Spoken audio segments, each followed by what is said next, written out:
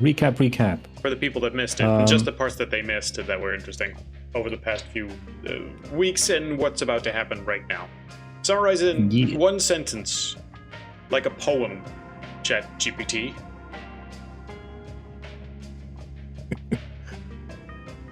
Go on, Miro. You're good at this.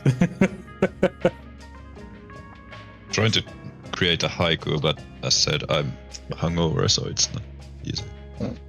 You had all this time to prep and like take the extract from the last sessions or something. Yes.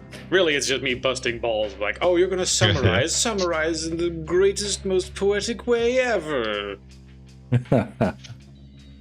And we shall have man a angry. house Give him nevermore. pretzel.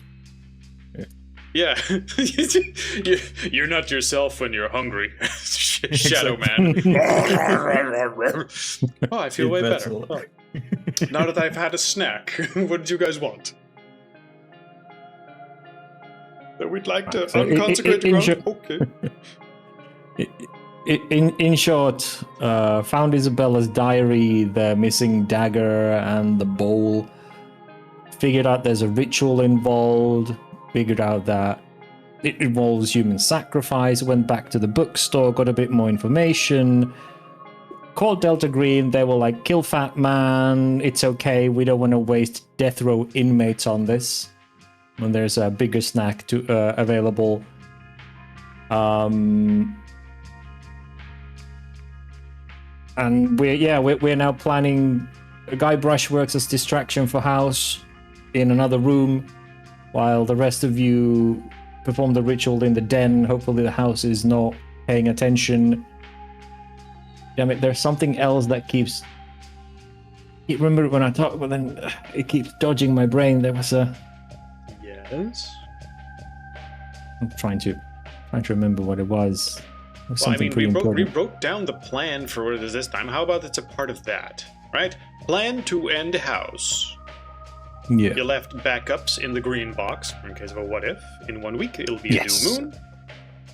Your plan is to be disguised and plant explosives around the house as sort of a backup plan.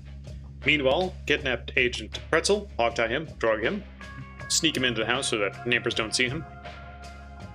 The ritual is pretty straightforward. Stand in a circle, chant, knife the guy, smear the blood on the house in specific patterns as specified in the diary.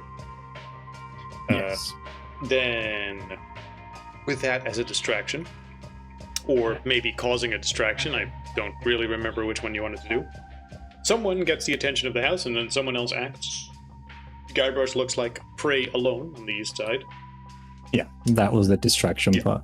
Oh yeah, it was more about the finding out information. Gorm went into closet, eavesdropped stuff in the past, came out of the closet after an hour thinking it was like 5 minutes. Then we hatched the plan and Yes. Also, some details. The entity only speaks Italian, apparently. So rather than counting on Gorm, you got a backup translator. Yep.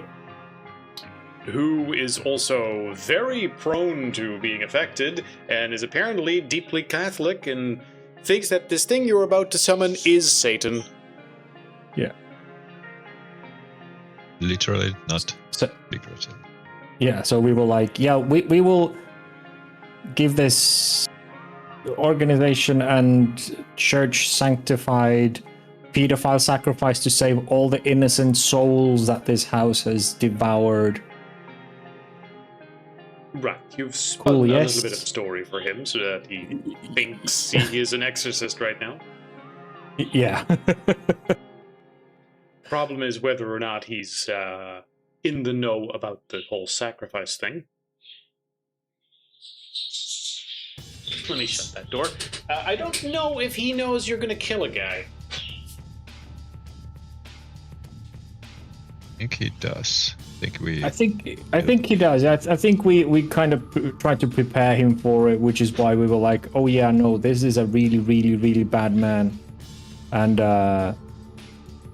the people checked with a church, and they were like, "Yeah, fair trade. God won't mind." Sort of thing. I mean, from the The rules I guy made, Brush tried to sort of pull that. That's what the psychotherapy was for, to sort of pull on his religious threads to spin a story that would make him immediately go, "No, this is evil." Well, yeah, but and it's try one, to spin it's a one story thing where to he's say. immediately going, "Nah." It's one thing to say the house is evil and you're about to try and purge a satanic entity. I'm pretty sure at no point was it discussed like, oh yeah, we're gonna need you to stand around here while we murder this person. I don't think that was discussed yet. Because I don't see the note anywhere.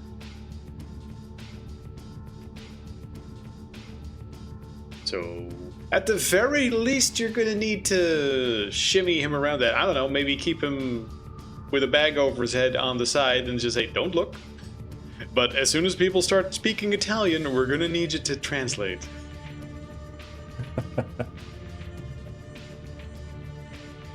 So there's a few options with that. You could do that, just have him sit on the side, not seeing anything, and then hopefully he doesn't notice the sacrifice. Or yeah, you can give we him can. some bullshit. Or you could... Yeah, we Something else. Yes, you could. Something? we could ask him to basically inform him that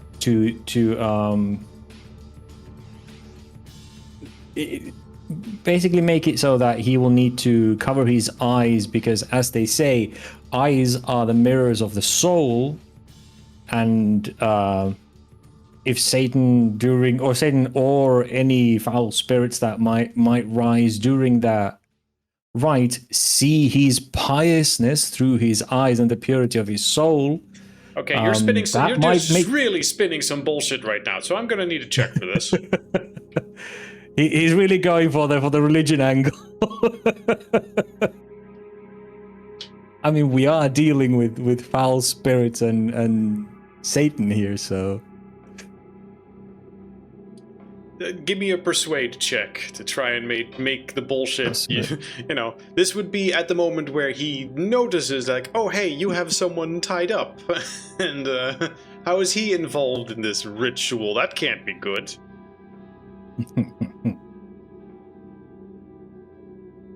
Did you roll a persuade check? 05. Yeah. Okay, yep. You spin him whatever religious story you want. Yeah, and he goes along with it.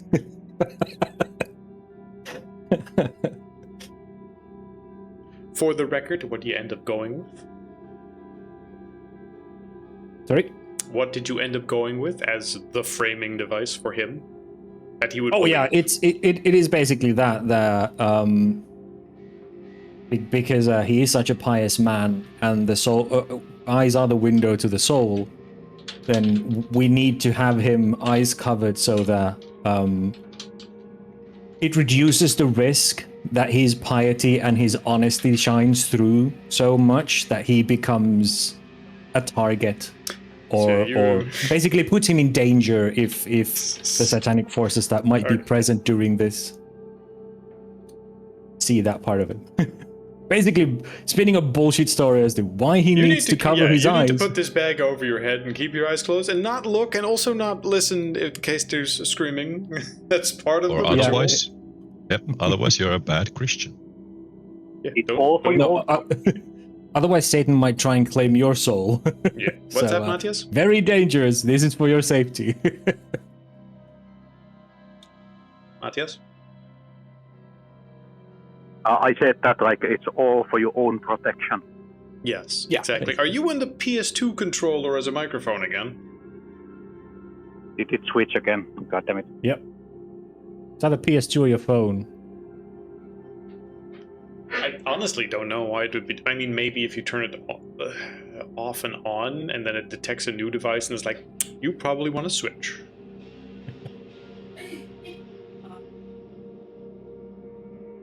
Honestly, I think it's just impressive that whatever device you're using for this even manages to record sound whatsoever, because it's clearly dying.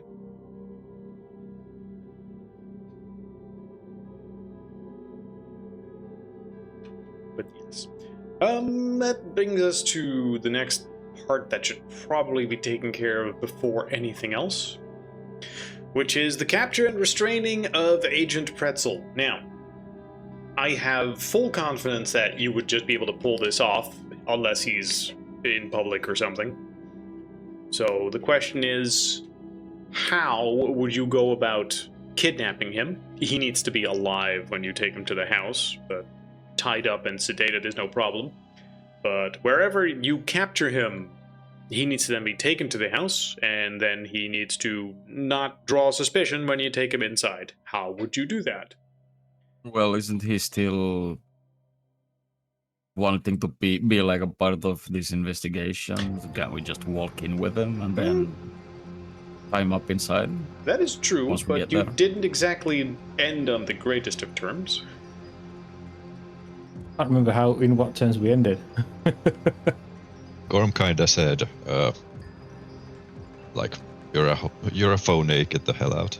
Yeah, something like And that. basically yelled at him.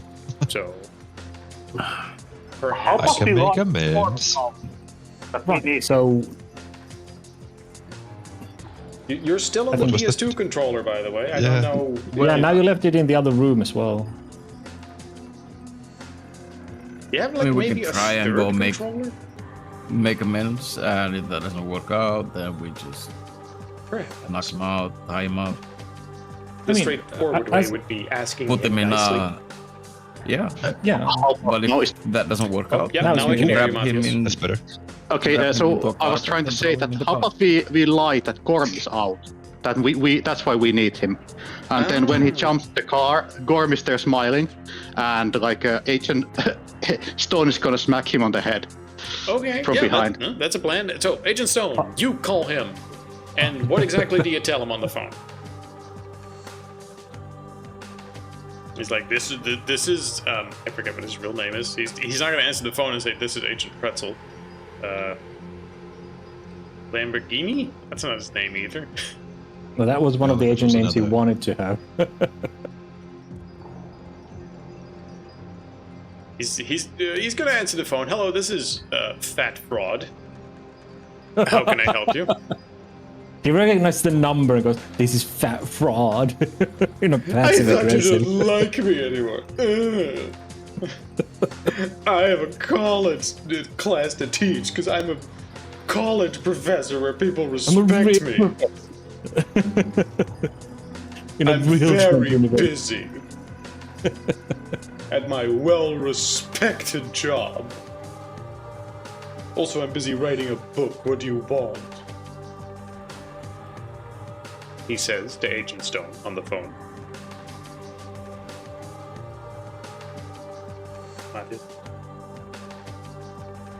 Or did it disconnect again?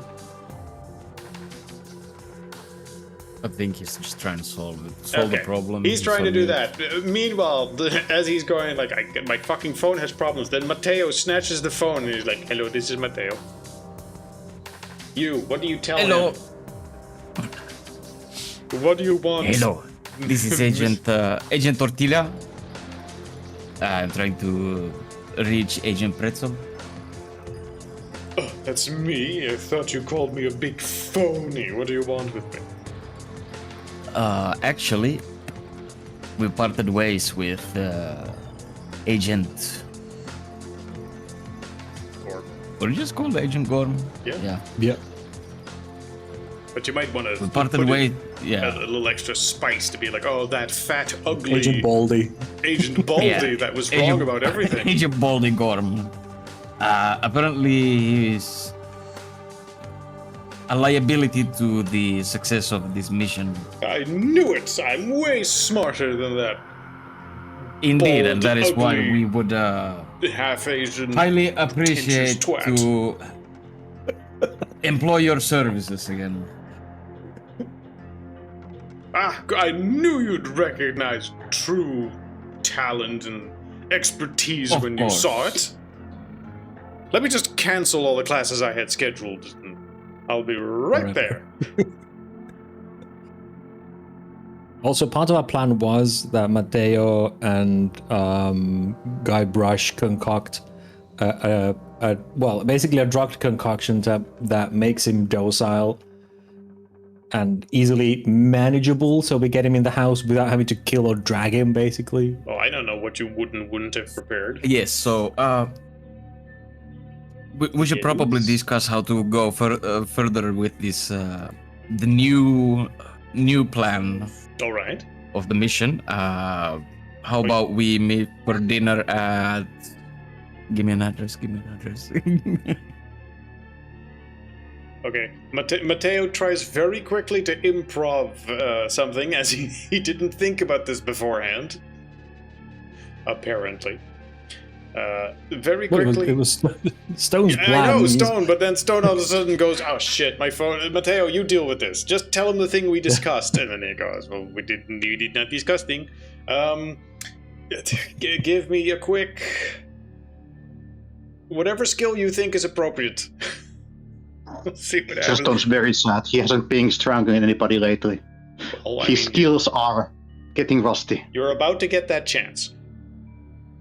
But Well, it seems like we do not have a place picked out yet. Where would you like to eat? oh, the KFC is a few blocks away. I think we're good for KFC. And just gonna roll persuade, I guess, I mean, he suggests it, doesn't he? to get him. Yeah, but just to you told me to roll something that I felt was, Sure. Roll persuade to see how much he which is trusts just- you. right, just to set this meeting up in general. Yes. It's a failure. Okay, well, he listens to you, and he suggests a KFC, and he suggests a time, which is a pretty busy time in a pretty busy area. So when you do meet him up there, it's not exactly a place where it's very straightforward to knock him out and get him in a van. It's a busy Sure. street, it's the middle of the day, there's families and kids and people just, grabbing lunch. Not to mention, it's the middle of the city. How do you go from here to kidnapping him? Agent We Stone, told you're, them. you're there. Matteo, you're there. I We- imagine so is Concoct some kind of Garbage. drug cocktail. I mean, we could just start feeling woozy all of a sudden, and we need to escort Well, him I mean- to our car. We could do that, or we could just treat the initial lunch and stuff just like any, like, oh yeah, we had to leave him behind. He was too literal and too down to earth. He doesn't see the world for what it is, and sort of hype up his, you're totally right about everything, and everybody makes mistakes. But that was probably Gorm fucking things up back at the house. That's why it didn't work.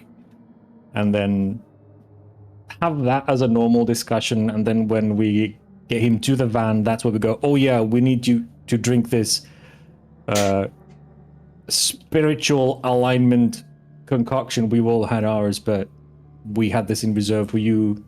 That helps you fine-tune your aura to the other side, that kind of bullshit. Okay, And that's two when we give him the questions. drug. 2 questions. Who prepares that drug? Well, 2 weeks ago, when we were like really first talking about, oh, maybe we kill this guy, I think it was Guybrush and Matteo, because we both have medicine. All right. And I got some cartel background, so All right, since you're preparing Yeah. it beforehand, one of you roll whichever you think, and you have help from the other one, so plus 20. Yeah. Quick check. What's your on that. medicine? one of us is actually better at this. I got 41 medicine. Wasn't I there got like 61, another- so Great. All right. I'll Either take way, the plus 20 and roll, and we please roll see. as you continue with the plan. No. Oh, Even with that, we overdose him in the car. Dice says no.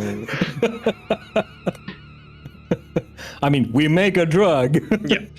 but Yeah. Secondly, you try to convince him there.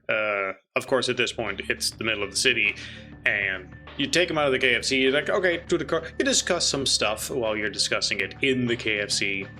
What the plan Yeah. is, you try and schmooze him and say like, oh yeah, so we're gonna take you, we're gonna go to the house and we're gonna see what we can arrange there.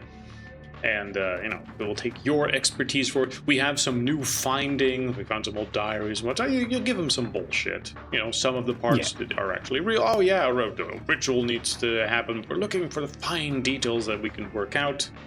And we blame Gorm for turned the out to be failures full of last shit time. and crazy, so that means that your expertise is actually something we trust, and you try to move him, to the car, and I'm like, oh, great. Also, we noticed that, the house a terrible spiritual affliction, but we found a concoction that protects against it, made from magic special super herbs. Yeah. Now, because he already didn't quite, fully get on board, he didn't quite forgive you all yet. So he's still a little side-eyeing everyone. So if you just say, oh yeah, by the way, here's a drink this. How long did we have to prepare for this? Like, between the handler going, oh yeah, sacrifice pretzel, and then us actually doing it? It would be a week, maybe a few days more for the new moon, and you also spend a bunch of days researching other things, which would have taken an amount of time. Right. Because in preparation for this, I would imagine Guybrush being someone who has spent a lot of time and for his work has had to learn to think like a borderline criminal, which, let's be honest, is what this is. We're manipulating him and kind of pulling him into a murder situation. I imagine he would have taken at least some time to get acquainted with. I imagine Agent Pretzel has some literature that he's published. So he would have at least taken time to sort of, if not fully read, then at least taken a poke and a look and sort of skimming through his material to have stuff to blow his ego up a bit more, to sort of really show that, oh yeah, no, we really looked at your expertise afterwards. As a conversation point to kind of further boost the scheme that we're trying to run to get him to forgive us. All right. Well, long story short, I'm gonna say that Agent Stone, you're the scariest person there. So why don't you roll a persuasion? He's looking at you and side-eyeing him like, okay, wait, do I actually trust drinking this as I get in the car with some people that in many ways are strangers and working for a shady organization? Can you sufficiently appear as if you mean this man no harm? Because you are quite literally thinking of killing him, and with your military background, you probably do just sort of stare at him with the hungry killer eyes of going like, this is my target, I must kill him. Finally, someone knows who's nectarine. And you're ready, like, what if this guy runs? Well, if he runs, then I pounce him and I strangle him and I drag him into the car. Because you have a plan B, most likely, right? What if he suddenly turns and runs and he's like, I'm not drinking this. Actually, I'm going to go teach my class now. This is not a good idea. So is it like do we have like an acting role or something like that? I think it's generally just to not show your murderous intent. Yes, this is a very simple check.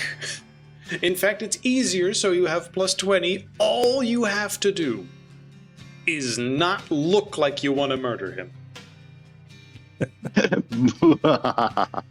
That's an ask. Yeah. Did you recommend a skill? Stealth? Something? What? I said persuasion, because you are just trying to talk with him with the others. It's like, yes, we like you now. Yes, no, Gorm was the problem. We all agree on I think that this. it's cutting a bit. Did you have some recommendation about the skill to roll?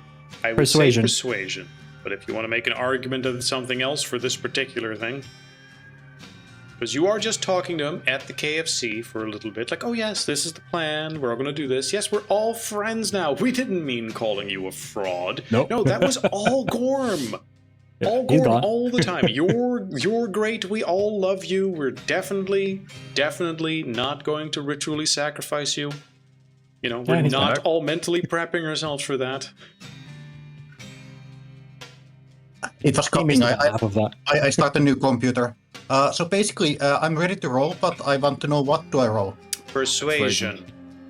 Okay, Plus 20. good. Yeah. I can roll it now for you if you want. 'cause- Let me roll. Okay. And it's a Okay. success. Wow. Yeah. Wow. Plus 20 makes it 25? No. Well, no, he didn't add the plus 20. Okay. Yeah, would have been 45. All right, so even Agent Stone just bites his tongue and just goes, definitely. We are all friends here. And again, it makes He sense. downs the bottle you give him and then gets in the car. It takes a little bit to activate. Sadly, it doesn't exactly knock him out, and he's about 90% there. He is as if he is extremely drunk. And he's like, what was that? It feels woozy. And I think that was the initial point of the drug, was to make him. He's still awake. He's just really out of it mentally. Well, So that this is a success for what we wanted. Well, that does also mean that you're effectively carrying a woozy, semi-stumbling man from the car into the house in a bit. Right. Are we going to maybe muffle him? I think I have handcuffs somewhere. Well, that would mean that you're taking a handcuffed, potentially muffled man into the house, which the whole point is not drawing attention. Yeah. No. Maybe next time. How do you avoid being seen when you get to the house?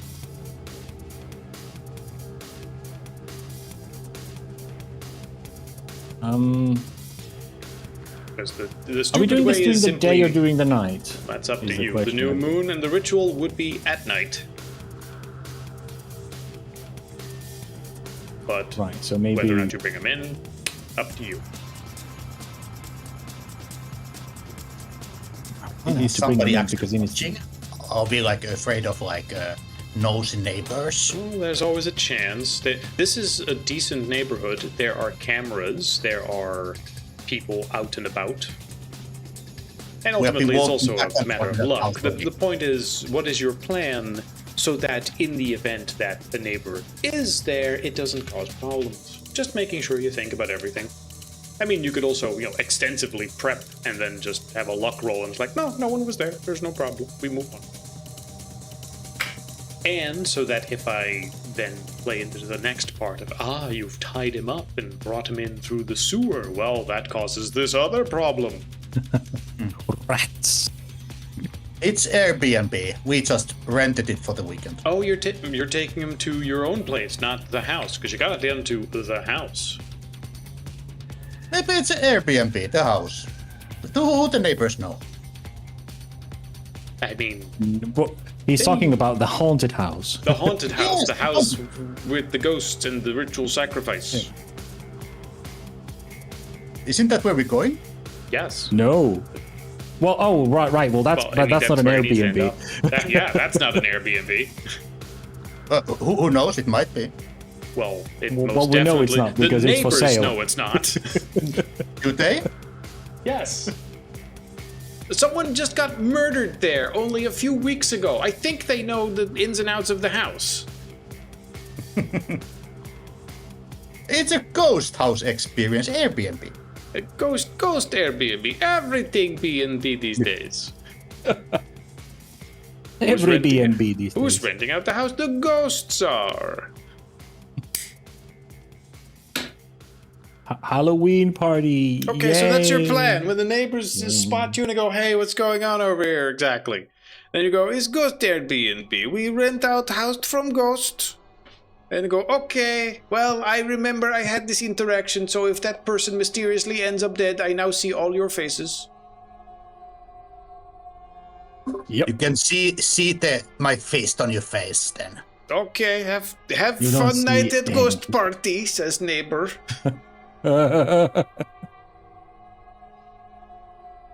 I will probably forget about this interaction if nothing noteworthy happen, but if that guy suddenly turn up dead, I will certainly remember this. Have fun!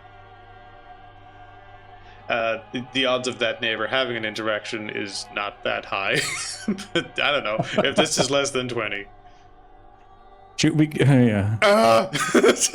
You see that neighbor that I just discussed? She's like standing outside. Like, hey, I come have conversation with you. No, don't keep driving. You drive past her. Well, they're just ever so slightly too far away. Okay, never mind. I walk dog now. It would have been fun conversation. Now we not have it. I had entire hypothetical in my head of what would have happened if it was 1 point lower, but I will now go home and take shower and have that conversation in my head. And cry. No one ever wants to socialize with neighbor lady. Agatha so very lonely. Only one took conversation. No one interested in a woman with weird Swedish accent.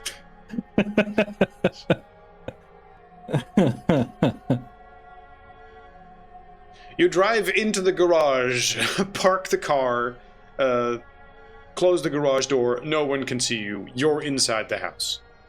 Nice.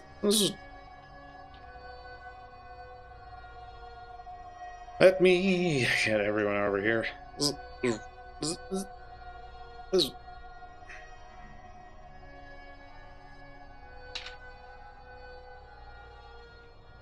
Just because it's more reasonable, I imagine we drive in like in the evening because yes, the house is not as active during the day. We know it does do shit during the day, so I imagine all of us are intelligent enough to not go in there, wait for 12 hours or so, and let the house start doing funky shit before we have any chance of even attempting the ritual. So that's like us sitting there with targets painted on our backs and chests and going, give your best shot, you got 12 hours. We're just sitting here. So, all right, so it's somewhere in the evening. Yeah.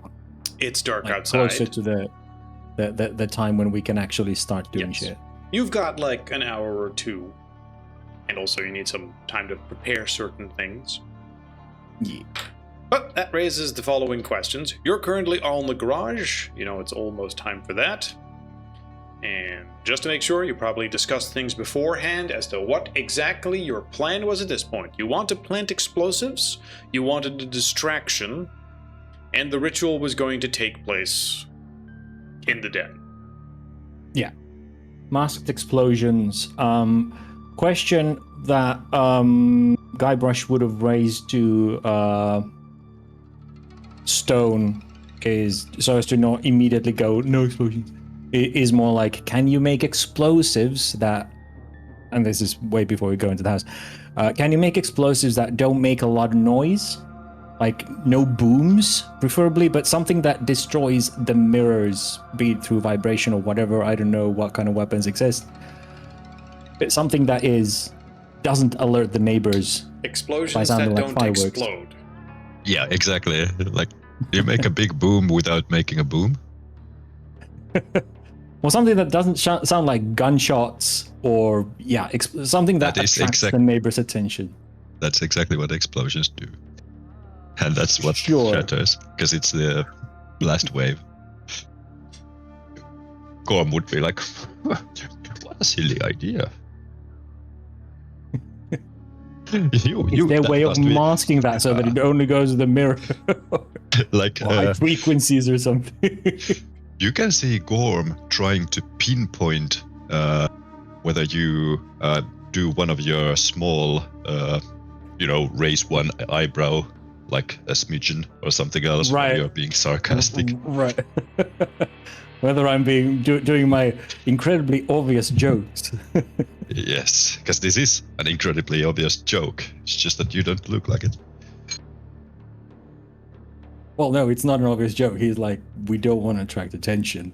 This is him being serious. He's like, he's not a ballistic or demolitionist expert, so he's like, I don't know, is there some sort of high vibration device that can fracture the mirrors without telling the neighbors that we're shooting fireworks inside the house? Or explosives that'll actually drag them in to look? Yeah, I mean, if you do stuff that alerts the neighbors or has them call the cops, that's really going to complicate things. Yeah, of course, which is why... complicates it more afterwards, or depending on how long things last. Also, for the purpose of determining who's in charge, quick check, diddle-diddle-dit. In case of doubt, Mateo's in charge. Mateo. Go, Mateo. So if it's like, hey, we can't make a decision, he's the one making the decision and pulling people forward. And Alexander, Mateo has plan. But Mateo say, great, just shoot him now, toss body in then, hope for best. You That's should not try the to keep plan. alive until the sacrifice part happens. We're gonna rush the sacrifice. Kill first, chant later. Oh, great Blow shadow things man. up. Bang, bang, bang. Not sure if that works. We can try, but then we need a new sacrifice, maybe. From the discussion, Oh from no! from the diary and whatnot, you know very well that is explicitly not what's supposed to happen. It needs to be with the special knife, it needs to be collected in the special bowl, and then the blood needs to be smeared out in a pattern on the floor. Yeah. The other stuff, maybe a bit more optional. You know, it's difficult to have an exact chant with a big group. You're not entirely sure if the robes were necessary. Or if, like, the It's more for setting the mood for the people then. Yeah. You didn't need to put on specific matching colognes that smell of almonds and rosewood. But it was mentioned in the diary, so you're like, oh I guess. It's not biscuit, but Maybe. if anyone asks, we're doing a gothic toga party. I don't know, there's just 4 guys smelling of rosewood all going into a house together late at night. That's supposed to be abandoned. Who knows what they're doing in there? It's fine. One of them was wearing a suit. It's probably not anything weird. Exactly. So with that in mind, Mateo, why don't you Let's take start charge? preparing. Let's start preparing the place. I need to go take a shit. I'll leave the door open so no ghost will haunt me or something. Okay. The last time you used the bathroom, there was a lady with a knife trying to come out of it, so be careful. That's why I'm leaving the door open. Try not So to we can think, hear you scream. Try not to think of any ghosty goose. Okay. You have, let's say, 2 hours before the ritual needs to take place. You know you'll need at least 15 minutes to quickly set up the specifics if you have, you know, the body on standby, making sure everyone's collected in the den, but that still leaves 2 hours of preparation. Yeah. If you want to get the time exactly right. And you know the house isn't exactly going to pounce on you at every opportunity, but even right now, it's probably monitoring you. Looking at you from every corner, going like, oh, these guys are back. And they have some guy with them who's apparently drunk out of his mind. What's this about? Well, she knows this guy. He was here before. Yeah, well, why is this guy drunk? That's not quite right. Yeah. Is the reason that we are going so early? Like, I think that would make sense to go a bit more near to the time, so the house has less time to realize something's wrong. Yeah, I mean, you could totally tell me like, oh yeah, because you know when the ritual is, and you don't want to go late, you know, whatever might delay you. You just drive around the neighborhood for an hour. Or do you want to risk being delayed? Yeah. When you're about to kill Well, a person, you probably not want to take a chance that you're going to be late and miss your window of opportunity when the time is just right. Yeah. There's a time window. So we're going in, so we have time to prep. Like, you have time to... Stone has time to plant the explosives around the mirrors. That too. You Or want to do that, Guybrush right? asks, so you make them as small as possible so they really try not to... they don't make too much noise outside of the house, like a controlled thing, but ultimately it's up to Stone what kind of bombs he makes. Yeah, unless you think you can just, oh, we're going to drive into the garage 5 minutes before the ritual needs to take place. I'm going to sprint to the bedroom, start planting explosives that I already had ready, like sticky bombs, and then everyone else dive bombs into the den and starts murdering the guy. How about 45 minutes before? 45.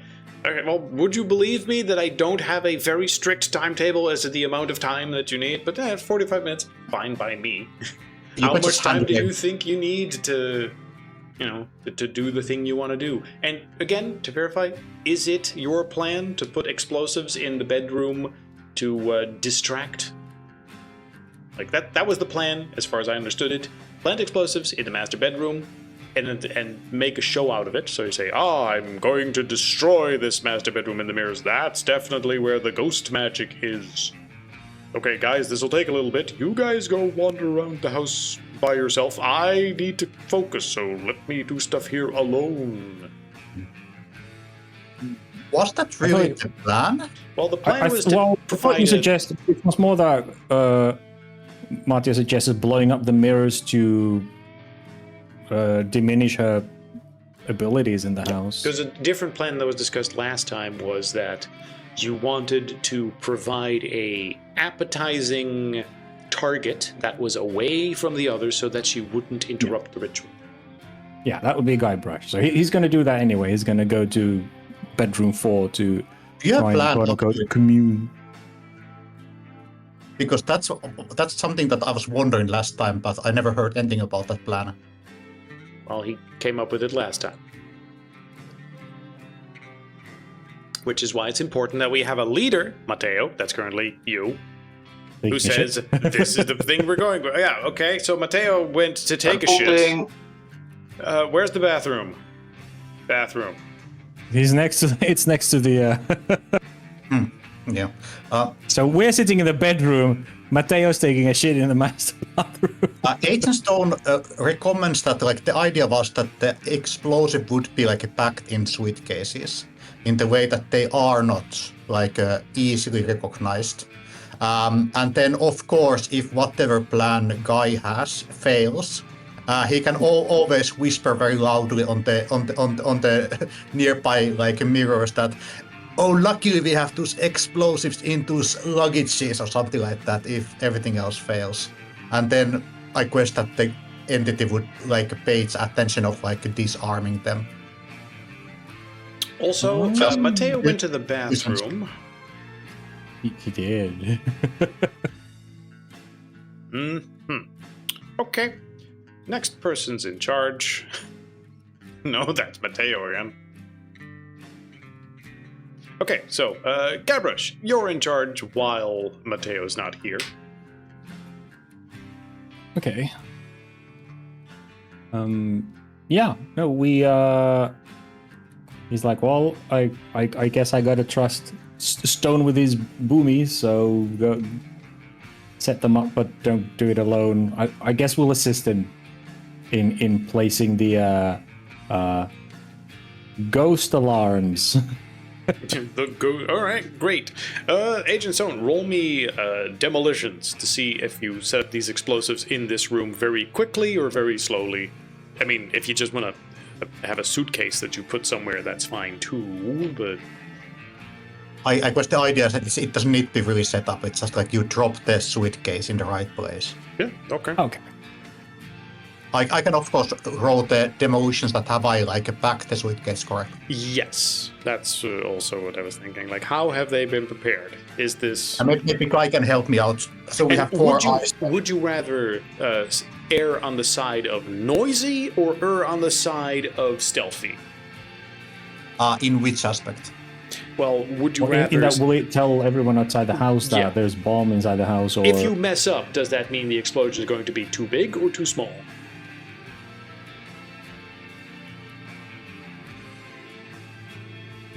Do you have any like opinion, Guy Brush? Well, Guybrush has been basically worried that it's going to be big and noisy and alert everyone outside, which will bring people to investigate. So he would prefer small because basically everything we've learned is that blowing up the house does nothing for the ghost. All right. But let me roll the demolitions. Do I get 20 if like Guy is helping me? Is Guy helping with the explosives? Do Sure. you have the explosive skill? No. Does somebody have? I think I had it, but I'm taking shit, so I can check right now. Oh, Yeah. we have This a DM would have for been that. done beforehand, so I'll go take a look whether or not you have any of it. Yeah, this would. Demolitions. He has 20.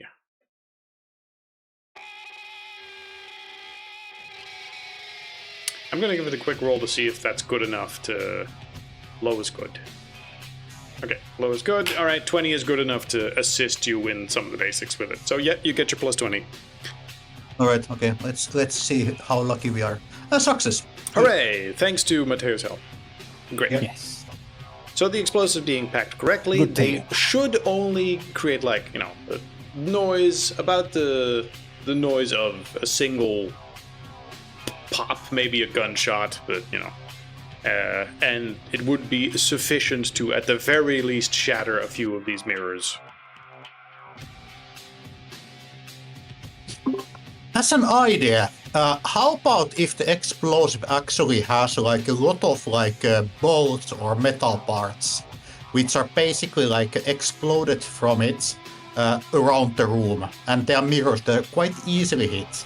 So it's basically like what is the people who have gone to military? What was the name of the mine that is like basically like exploding like nails Claymore? around? Claymore? Yes, basically that effect.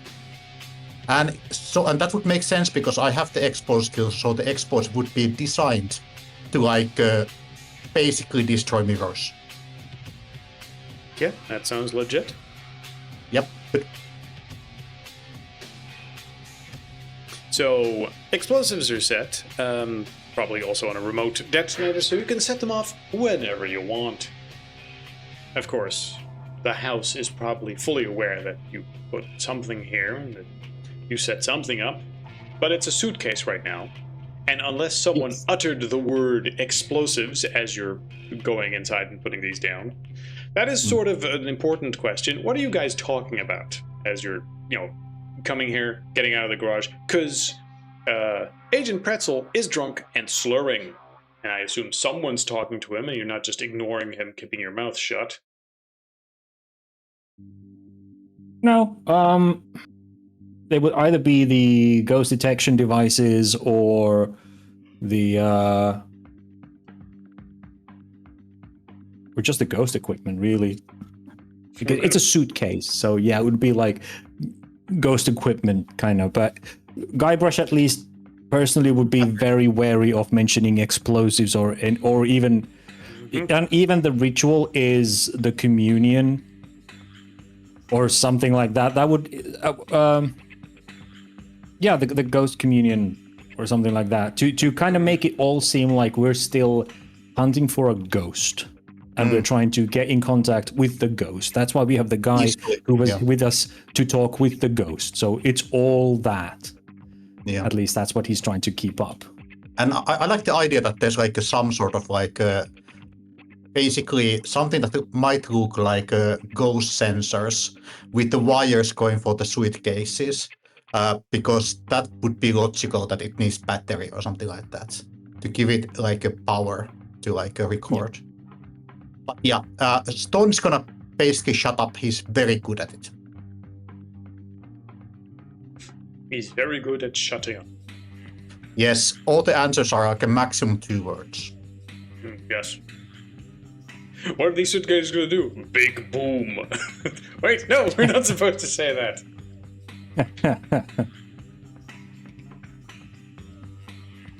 But yes. I think Guybrush himself has a small satchel with stuff that he's carrying constantly to part of his own distraction, which is basically candles and salt or something. Once we get to that point, he will make up his own ritual in the bedroom 4 as a "Waha, I have fooled the others. Now let's talk real business" kind of thing, as part of his distraction later. So. All right. So that means you drag everyone out of that room again, and you leave the suitcase behind, right? Yes. As it's then time for showtime. Yes. Now, question. What would the house realistically do in this situation? First off, you guys are going here. It is late at night. You are setting stuff up. So the question is, how would it react during that time as you're setting stuff up? Because at some point, you are just walking in. You're going fairly quickly. You're going as a group. So it doesn't exactly have the opportunity to just immediately spring something on you as if it was just lying in wait the entire time.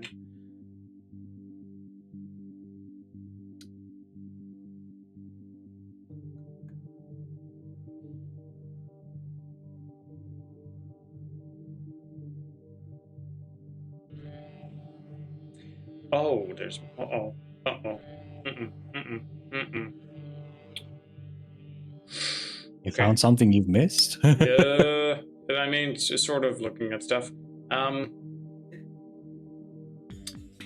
So...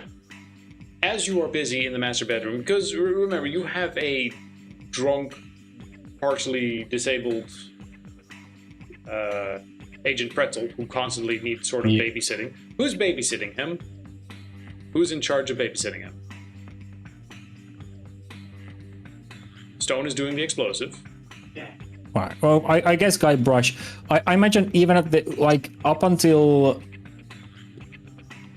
the last point, I think Gorm would have been stuffed into a toupee and a disguise, basically, so as to not risk even drugged out of his fucking mind Pretzel going, "Hey, that's Gorm, you guys lied to me." Yeah, that was sort of a question I had that needed answering, which is, if you have Gorm in the car with you, that doesn't seem right, because he would have seen him and recognized him and like, "Hey, wait a second." But then, I don't know, was he waiting outside the house, and then when you walked into the garage, so did he, and he was wearing a disguise? You know, you were wearing a toupee to cover up your bald head? Yeah. And a fake beard. And a hat.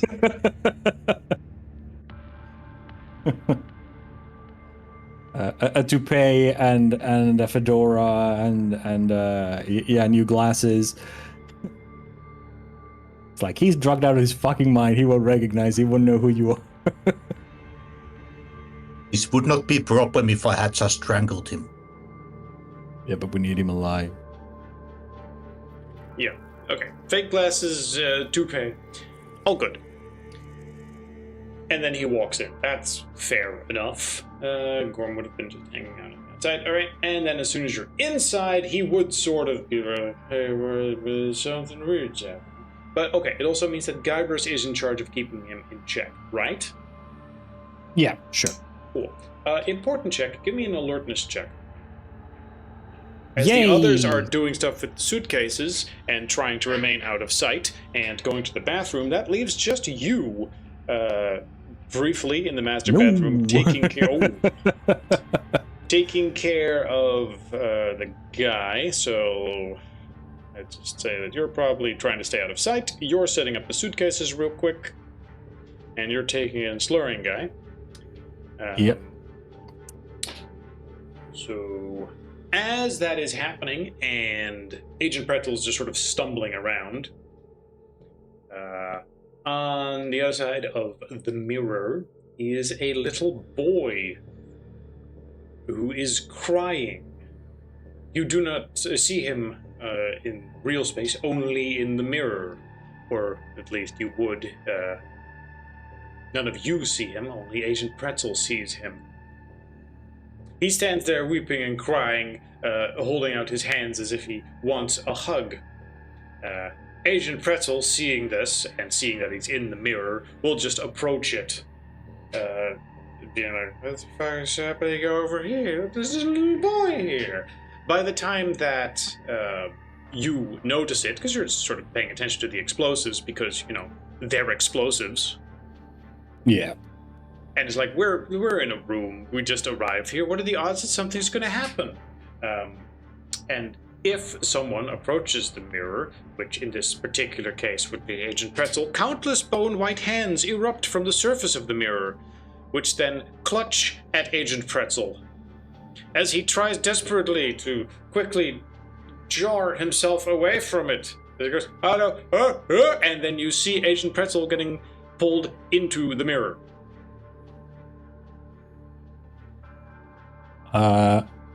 I shout an alarm as I dive to grab him and try and pull him out. Yeah. And I go like, Stone!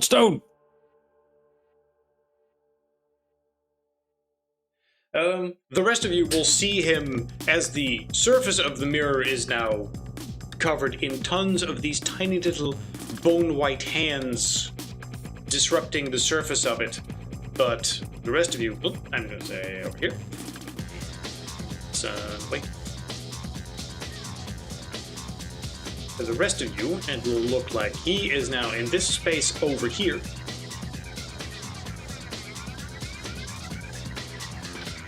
As if there is a reflection area of that room, and the surface of the mirror is just broken up right now, as there are loads of those little grabby hands that were there a moment ago, as the surface is still disrupted and reforming again, as Agent Pretzel is inside as if he is underwater swimming right now, disoriented and flailing his arms around wildly as he doesn't seem to understand where he is.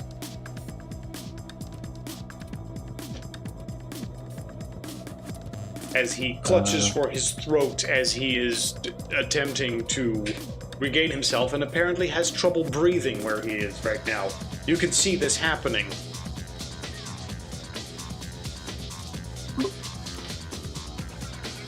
Well, Stone is going to, like, when he hears about this one, he's gonna run in the same room. You were there with him in the master bedroom when you were setting up the explosives. Guybrush was in charge of keeping track of him. He's the first one that saw this happen. And then he goes, oh fuck, and then that would alert you. So this is a split-second decision of what you would do.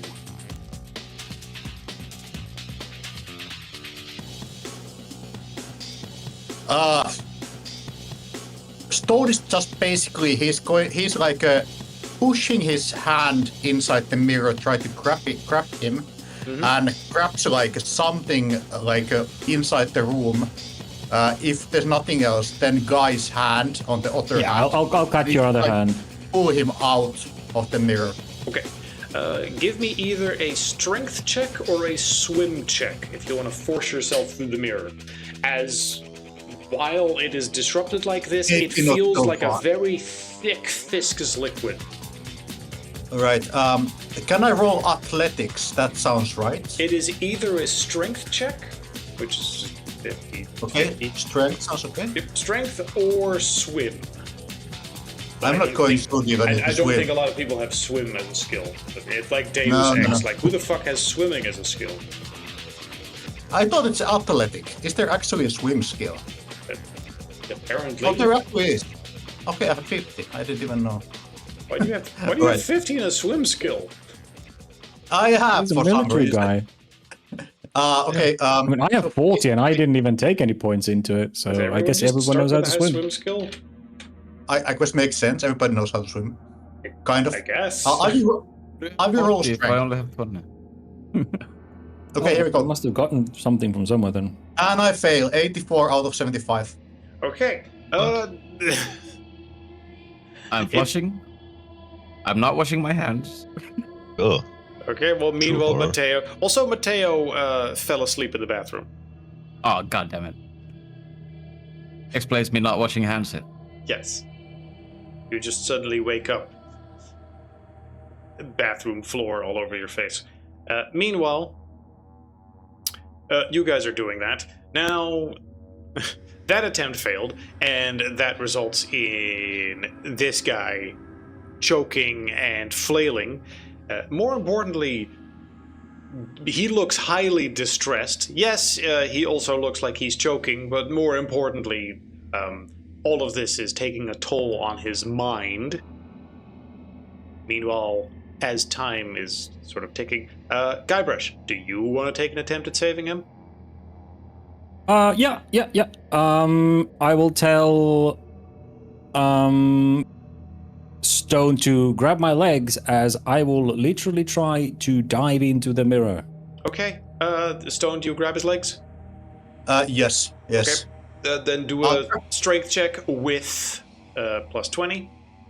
As the two of you are comboing to try to do this. Of course, if this fails, you too might be lost inside there. Yep. Sounds good. Let's do this. But it doesn't. You go in and you grab him. Yeah. 58 out of 95. Yep. I will grab his legs and I will put both of my legs like I would be like the tuck the rope, the competition, playing that one. I'm holding his legs. I have the fullest confidence you can pull him out. But before that, Guybrush, I'm going to need you to make a sanity check. Yes, I was waiting for one. Yes. And a constitution check. Let's start with the Constitution. Sure. That's a fine. Okay, good. You're mentally prepped for the weird Arctic... Oh wait, I shouldn't... Oh, that plus 20 reflects everywhere. Yeah, that's... Yeah, no, then the concept failed without the 20. Because Okay. it's a roll of... Wait, what was the rolled 57, effective 70, and my score is 50, so yeah, both fails. Okay. So, one, you take a point of damage, just 1 HP point, as the inside of the mirror feels like freezing cold, thick water. Yes. And the hypothermia eats away at your face and eyes as you quickly grab. You grab a hold onto the arms of Agent Pretzel and hold on to him as Stone then starts yanking on you from the outside. Secondly would be the sanity. You're in some sort of quick, weird alternate dimension here, so yeah, some sanity damage. Yep, makes sense. And that's a D6. Oof! Not to mention that your response to it is literally just, I'm a dive-in! Yeah. Well, it was more. It was. Oh yeah, I will absolutely deflect it. I'll deflect it on my colleagues. Wow. Yeah. So how much willpower loss to? That puts it to 10. Mm-hmm. And then that means I still take 3, but it isn't an immediate temporary insanity, which I believe 5 would have been. Mm-hmm. So there's that, and then that takes 2. Nope, we don't drop it to 2, we drop it to 4. Mm-hmm. Yep. Okay. Agent Stone pulls the two of you out. A wet and slimy duo lies on the floor. You're not exactly sure what the slime is, but both of them are covered in it. Yeah, and you pull them out of the room. And Agent Gorm is there. So you pull them to the kitchen. There you go. What was this ruckus about? We went swimming. Agent Pretzel, at this point, is pretty much driven insane by what he just experienced. As he looks mentally just deranged at this point, as he reached a breaking point. He's like, what was that? As he is in a full panic. Now, he would try to get to his feet and flee. Stone is gonna like just grab him from behind, put on chokehold, and like basically put him under. I mean, you don't really need to, as he, he tries to get up, but he's also still incapacitated by the drugging you gave him. So as he tries to run, he just runs into the corner of the wall here and immediately falls down again, and then tries crawling to the other side of the kitchen, but goes in a circle.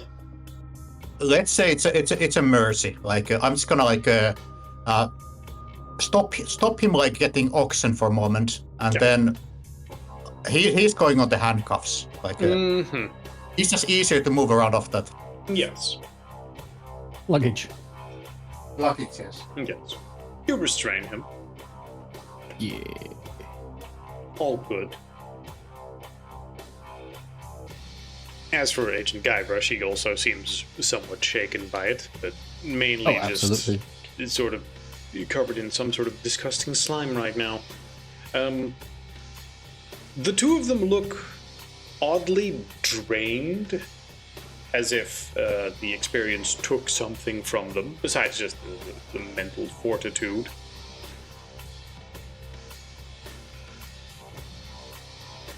You briefly think that perhaps the house is sucking something out of victims when it does something like this. Like a succubus might. Except less fun.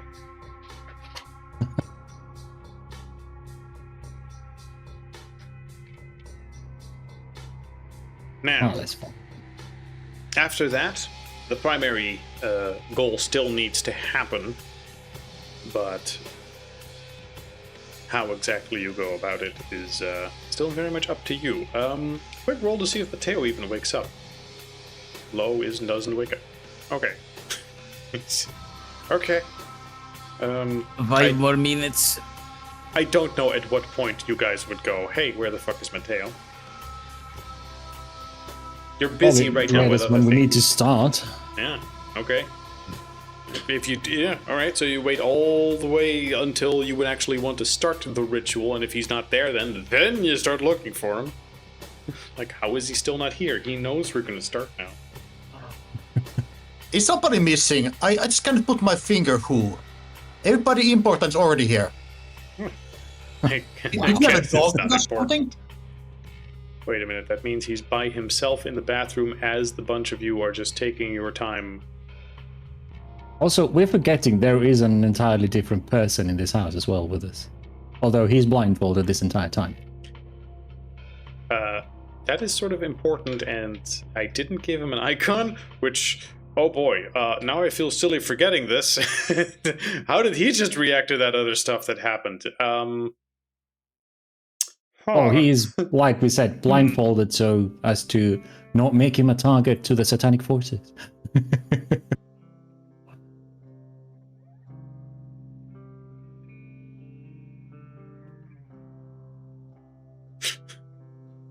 So yeah,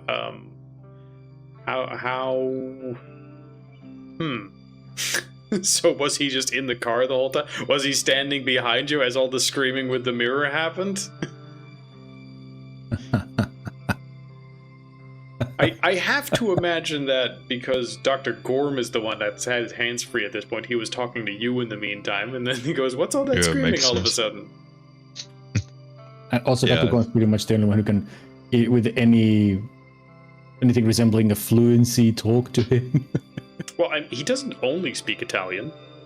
Sure, but I imagine he still has easier time to talk to Gorm than anyone else because, I mean, I guess it's broken Italian or broken English. Depends on who you actually speak speak to. 5 languages. I speak it fine. I was born in New York. Why do you talk like that then? I was raised on the Super Mario Brothers Super Show. I speak Northern Italian, I speak Southern Italian, I speak Sicilian, I speak Corsican. and some English. It's 5. It's my 6th language. I thought you only spoke 5 languages. Yes. Not anymore. I learned a new one this morning with Duolingo. Then we find a plug on the temple, on his temple, and he's like, "Oh shit, this guy's a cyborg." Plugs himself to Duolingo and sucks in a new language. That's how they're gonna market Duolingo in the coming decades. Where it's like, learn a new language in 5 minutes with Duolingo Premium. Yep. Just plug in your brain chip and Neuralink download compatible. it. Yeah.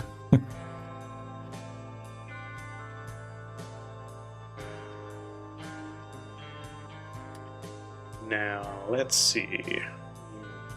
Huh?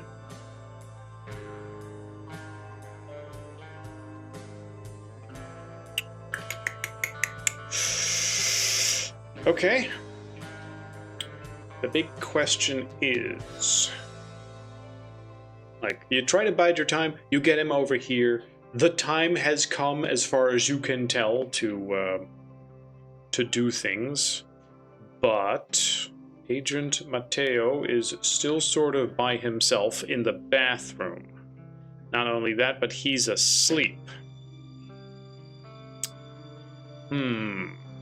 In a room completely surrounded by mirrors. Well, no, that's not quite true. I mean, he's in the bathroom, and the bathroom doesn't have tons. It does have a mirror, obviously, but not tons of it.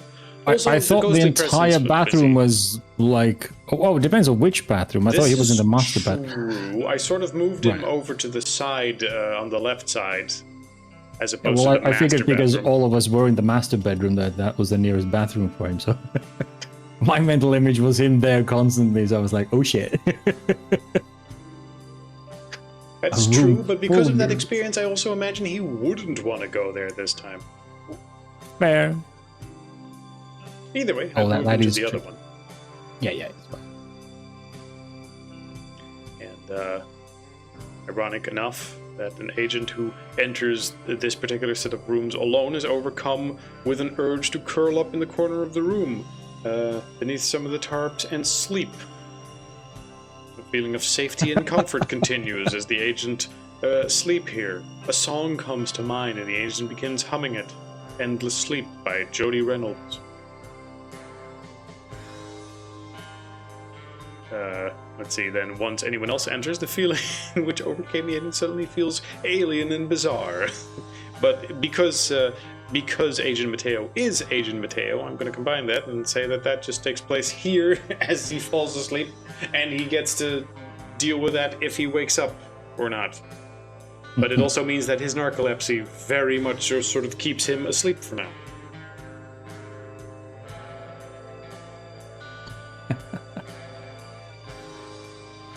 But it Did I also manage means, to flush first, or am I like? Oh, well. well, I'll give you a Did I even roll. pull my? Did I pull my pants up, or am I low- pants down sleeping on Less the than floor? less than 50 means you managed to do that. Higher than 50 means you just fell asleep with your pants down and unflushed. Oh yeah. Yep. Like you didn't even manage to squeeze it all the way out. You're just on the floor with a turtle head sticking out. God, He's crowning. Yeah, it was just okay. I'll just plop, falls. You ever seen the Jackass movie with the Poo-Kano? It's a bit like that. Except less gross? It doesn't have a close-up camera on it, so, but it does mean that there's a surprise waiting for whoever goes into that bathroom. Speaking of, you guys are the time Surprised for is all the ghosts peeking at me through the fucking mirror.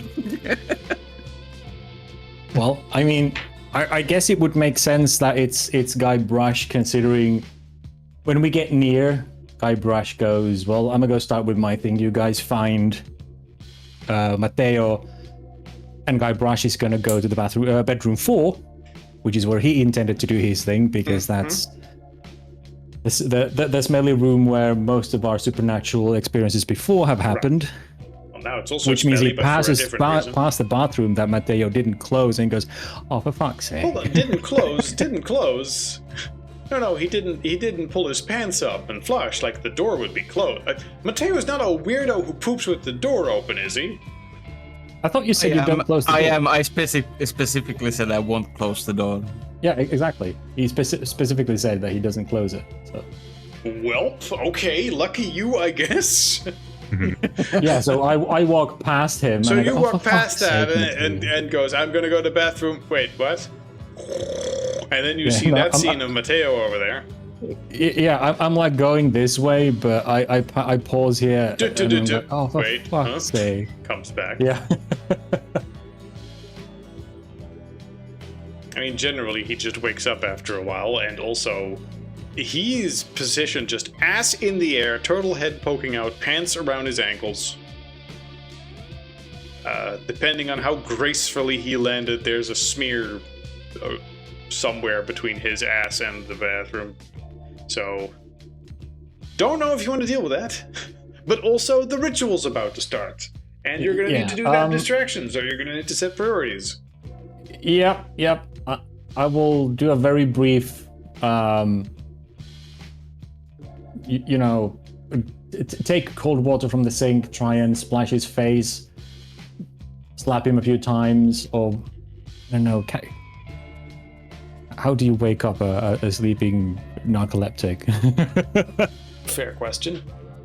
Something like that. Can I roll medicine or something to do it right? Maybe. Okay. You take some water and you splash it on him. When that doesn't work, you pinch his nose. As well as your own. Yes. Matteo. As you're like, oh man, that weird smell from bedroom 4 is clearly back again. This entire room smells like it. Yeah. And then I'm like, oh wait, never mind. It's just Matteo. It's like he's had nothing but tortillas and tacos and corn chips and just cans of beans. Yep.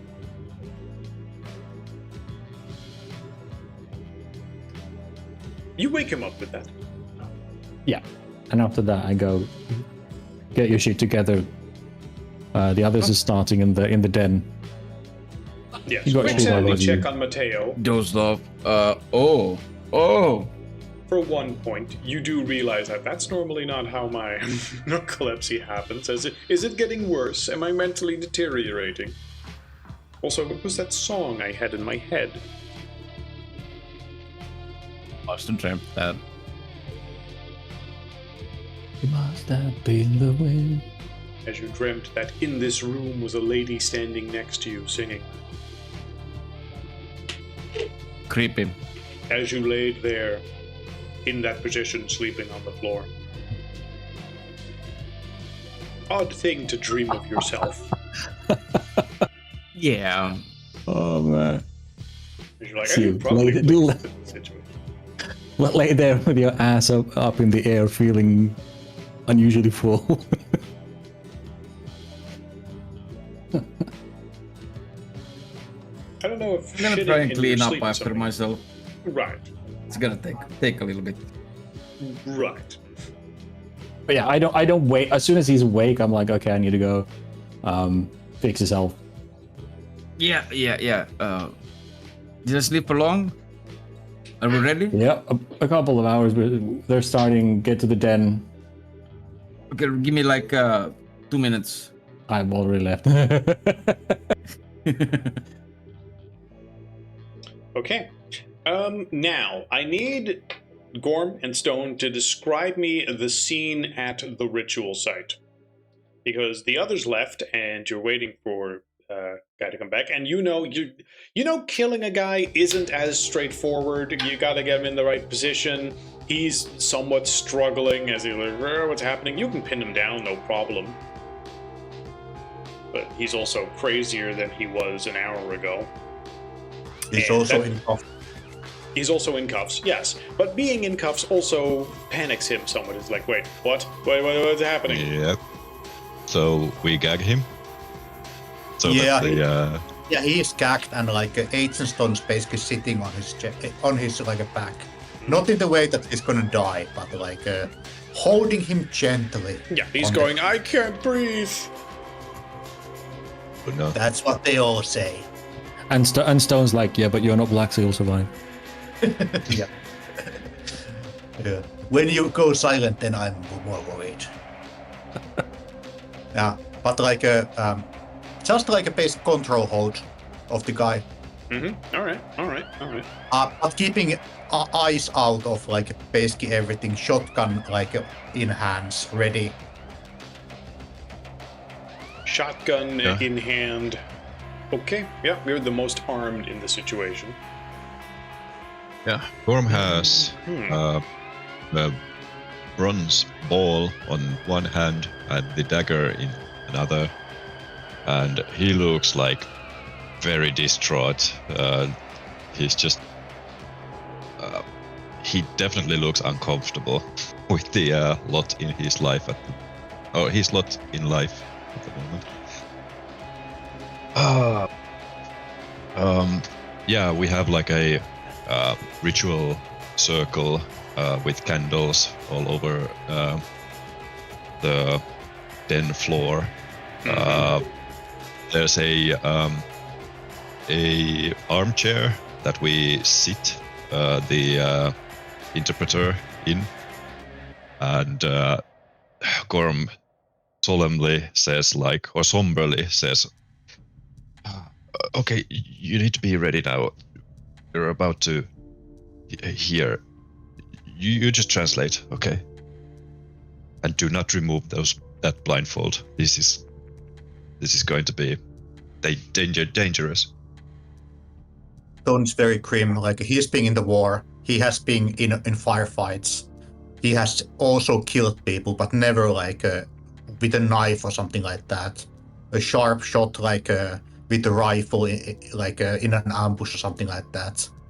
He's not like taking this lightly, and he's still like basically fantasizing that if whatever appears seems to be mortal enough, he's gonna shoot him with the shotgun, and maybe that way we don't need to sacrifice anybody. Maybe it'll work. As you're doing the final preparations, Dr. Gorm, why don't you give me an occult check? You're following the rituals to the best of your ability, but you're the only one that knows at this point exactly what the diary says and whether or not the steps are being followed. Okay. So you're distracted because things simply take a long time. You're like, okay, no, wait, these need to be exactly here. I think this is important. This needs to be done right. And because you did everything sort of last minute, you didn't give yourself a whole bunch of time to prepare. You start feeling the whole thing is rushed at the end of it. You're all ready and effectively, okay, we got the bowl, we've got the knife, okay, hold him in place. Agent Stone is meanwhile holding Agent Pretzel in place, who's still struggling in the handcuffs, crying that he can't breathe, and the weird thing with the mirror, and wait, what's happening? And weren't we supposed to, go deal with a haunting together? Also, why does that sound like Dr. Gorm over there? I recognize that stutter anyway. Yeah, I recognize that stupid fat stutter. Quick luck check. Low is bad. Okay. Bad. Now, which do you guys think is more likely? That the translator guy would hear all this and decide to lift his blindfold and check? Like, this sounds like you're sort of torturing a guy. What the fuck's happening? The guy's also muffled. There's like something like on his mouth. A gag. Yeah, of course it keeps some noise. I don't know, like a good Agent Stone base keep him like unconscious, like Sleep or hold him? Yeah. Okay. But still, like I said, you're slightly distracted by things, so pick one. Do you think it's more likely that blindfold guy would try to peek, or that something would happen with Guybrush in the meantime. Well, that's kind of Guybrush's whole point, is that he is setting up a ritual and literally sitting with his face to the mirror. He's drawn his own circle, put on candles, and he's literally calling for Isabella Wheeler to come and entreat him, speak to me. While those fools try to call you with their fake ritual, I have managed to find the real way to commune with you. And he's making a lot of noise and calling her by name. So All right. that was kind of his whole spiel, was to be a dangling bait for her. Yeah.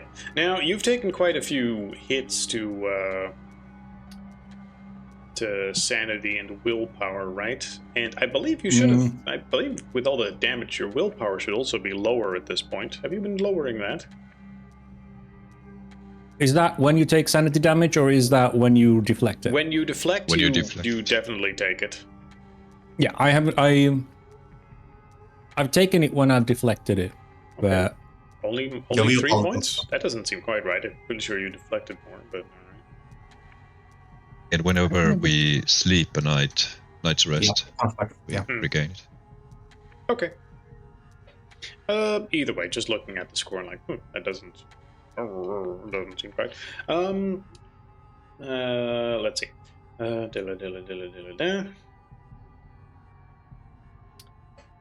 Now, I need Agent Guybrush to give me a...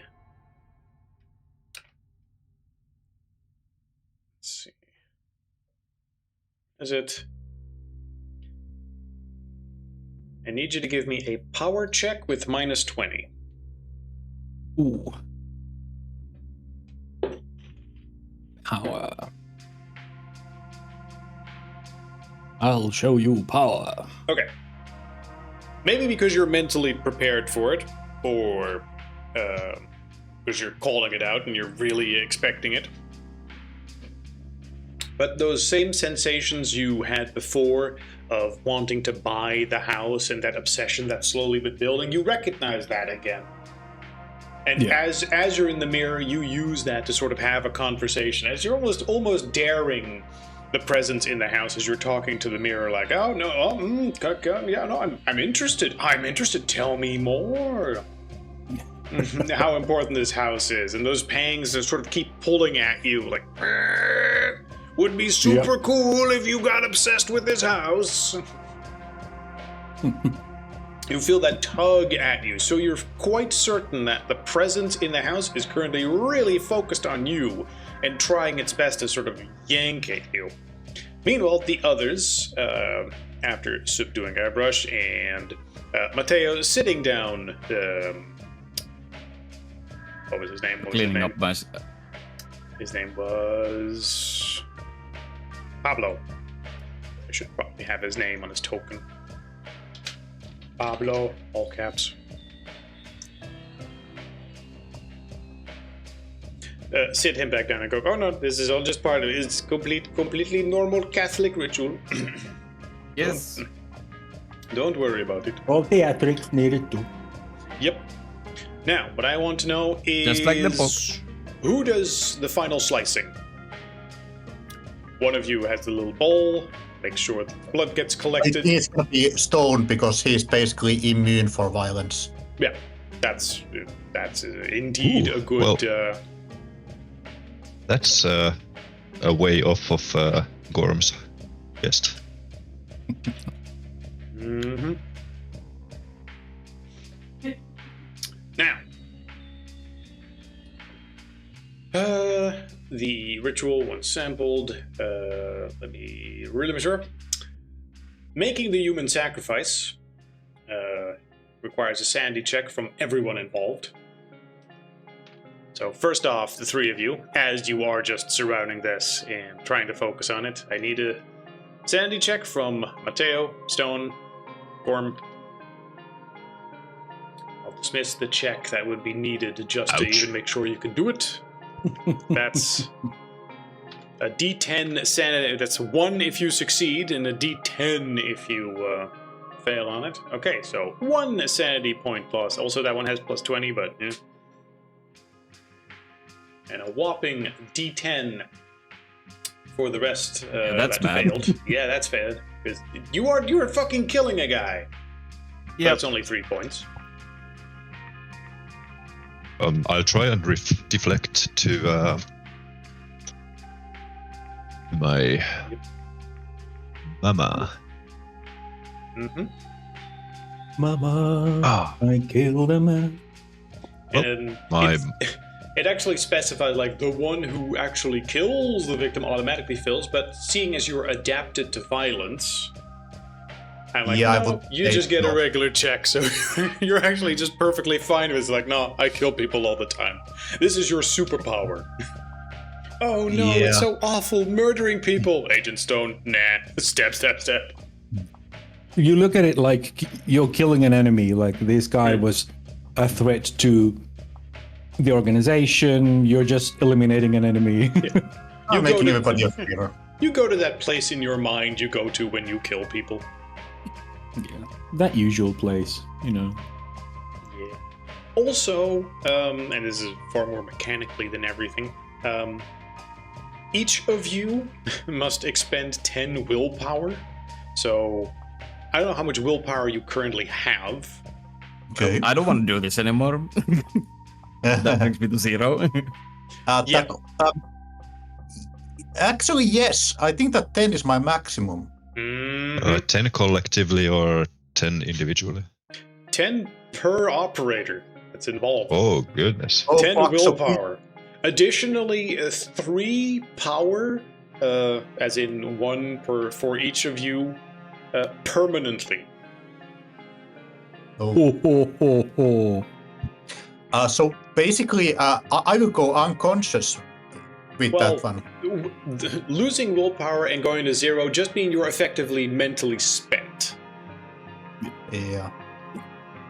You're effectively going like, well, fuck, can't really do anything anymore after that. Does anyone still, because after that you're like, I'm fucking glad that's over, and you're just exhausted sitting there going, you know, as you smear the rest of the blood, and you lack the ability to take any really interesting actions or resist any forces of chaos that might pop up at that point, Lovely. which will happen to pop up soon. I mean, you're incapable of deflecting it when the entity springs up. You're taking the full brunt of seeing an old god kind of thing. Yeah, willpower is at 0, 10's max. Okay, does anyone still have willpower left in that room? Don't think so. Well, Then- Pablo might. From 10 to 0. Uh-oh.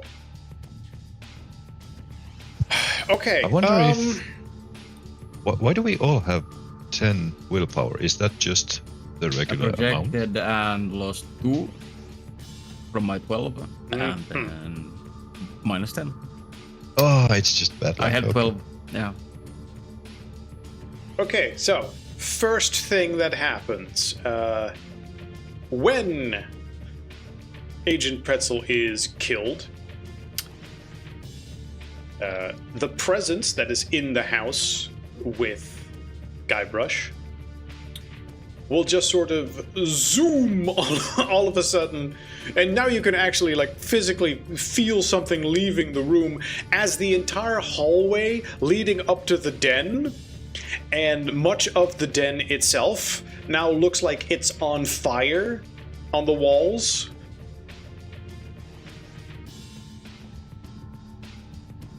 Agent Guybrush, that sensation you were feeling, yeah, that's not there anymore, and you now know that whoop, it's no longer paying attention to you. It's now towards the den. I'm assuming you would chase it. Oh yeah, absolutely.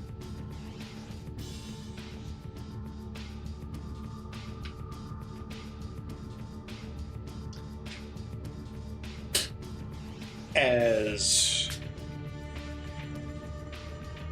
the various combination of flame and shadow will now have a little fight off here. Everyone involved in the ritual is immensely spent as they weren't quite ready to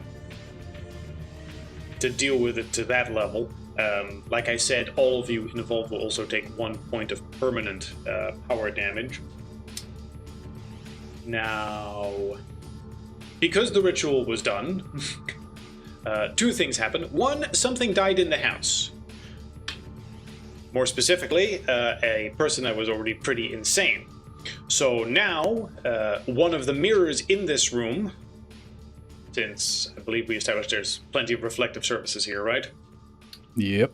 Okay, you wouldn't have specifically destroyed those if they were here, since it's not just mirrors, it's also reflective surfaces. First off, I'm going to say that near the fireplace, there's a mirror. I'm going to use this thing over here. I know it's a window, but stick with me. And in that, on the other side of the reflection, you will now see Agent Pretzel banging on the other side of the glass. Screaming, mouthing like, no, you need to stop this. You don't know what's coming. You're all gonna die if you stay there. Like, I know you just killed me, but holy shit, you need to get out of there. Run!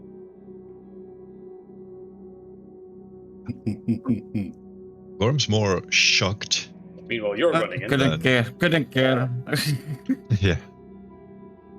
All of you are just sort of sitting on the floor, exhausted. Yeah, glazy-eyed. As you at least need a moment to sort of gather yourself, like, man, oh fuck, we did just fucking kill a person and do some weird ritual bullshit. Also, you feel far more drained than you would. I mean, you've killed people before. It didn't feel like this. The entire room feels heavy, and like I said, currently the walls are flickering with light flames as if they're on fire, which you're pretty sure are not real flames, but some sort of supernatural bullshit. I don't like any of this.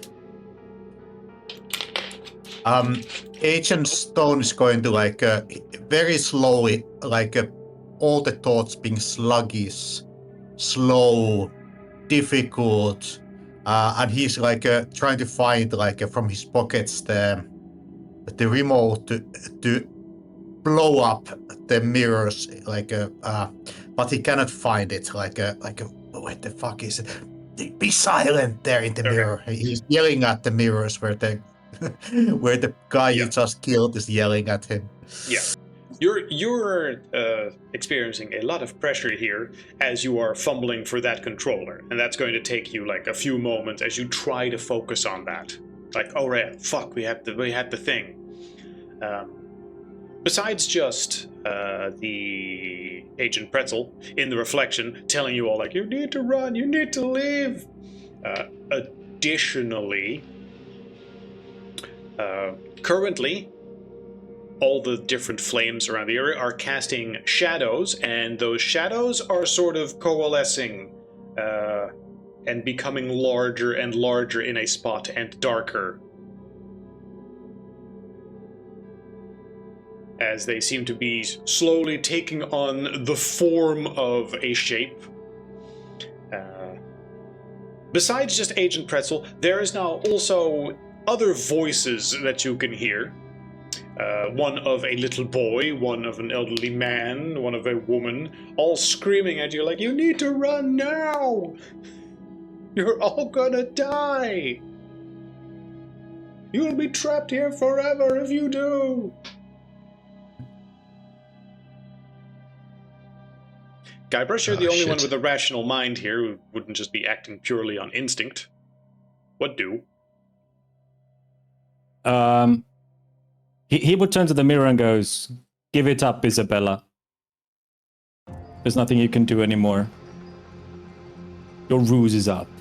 Then the Agent Pretzel, as well as the children, will say, oh yeah. And then they'll point at Guybrush. And then they will point to random roll. Guybrush number 1, Agent Stone 2, 3. Agent Stone, as you're fumbling with the controller, all of a sudden, this sensation will come over your head. I'm going to need Agent Stone to give me a power check. Okay. Am I able to do it while my willpower is 0? That is a question. Because your power is a different stat from your willpower. I'm going to say you have minus 20 on it, though. All right. Okay. So it's gonna be 30 or under. Yes. That's not gonna work. Just needs a miracle here. Yay! Miracle! 26 out of 30. Woo! 26. As with one hand, that shotgun you have in your hand, it suddenly just aims itself at Guybrush's head as you're fumbling with the controller with the other hand. Can I adduce it into out of his head? No, I mean, you're fumbling with the controller in one hand, and then your other hand holding the shotgun suddenly aims itself, not the shotgun itself, your arm, aims itself at Guybrush's head, as if something yoinked your arm up and pointed it there, and you can feel your trigger finger pulling, but the rest of your body is still in control. So I'm gonna do the Evil Dead like a scene and Yes. grabbing my one hand with the another hand and pointing it up on the air. Yeah. You quickly point that up, and the shotgun blast goes off as that shoots into the ceiling. But now you're wrestling your own hand / arm, which has a shotgun.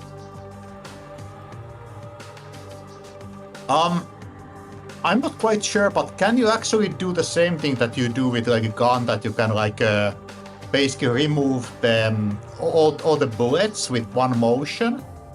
On a And they fall shotgun? down? Yeah, because I have never shot with the shotgun. But is there Depends on. something I can do to remove the bullets? Is it a pump action? I don't. Yeah, if it's a pump action, you can You just gotta pump it them out. like that many times. Yeah. Yeah, If I'm gonna do it's that. if it's the Okay. grandpa kinda 2-barrel, you just have to crack it open and get the shells out. Hold on. Is firearms? This would not be a heavy weapon. It would be a. This is a perfect chance for a specific kind of check. No, not melee weapons, not heavy weapons. Like just firearms. Okay. Give me give me. I was going to say dexterity firearms, but that's not how the system works. But give me a firearms check to see if you can quickly, do that while also wrestling your arm away. Yep. Let me try to find it. Where is it? 5. It's on the left at the bottom. Yeah. Okay. Let me try. Critical success. Critical success. So you treat your arm like a foreign combatant, and with the other hand, despite your willpower still being so low, just very quickly after the first shot go bump bump bump bump bump bump bump bump bump bump bump bump, and a whole bunch of shells are ejected as the shotgun sort of points around the room in the hand and just points at Mateo's head, click, points at Gorm's head, click, points at Guybrush's head, click, click, click, click. Then it throws the shotgun at his head. Sure, go bonk. Can I try catch it and then swing it like a mallet and smash the mirror? That was actually my question, that because it was critical, am I able to basically use the last shell and shoot the mirror with the shotgun? I'll allow it. It's a critical. Yep. So yeah, you quickly blam blam shoot the nearby mirror where Agent Pretzel is. There's lots of other reflective surfaces here. As a bonus, your arm is still spazzing out, and now it's trying to punch you in the face. Now it's a full-on Evil Dead fight. It's slapping you, it's choking you, poking you in the eyes. Lovely. I'm trying to fuck it. How do I do this? I'm yelling that my pocket, the remote, explode the mirrors. Maybe it will distract it. The house. Everyone is very slow. Guybrush would literally be the only one that's not exhausted right now. I'm yelling at him.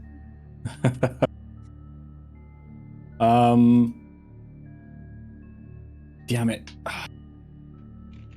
Sure.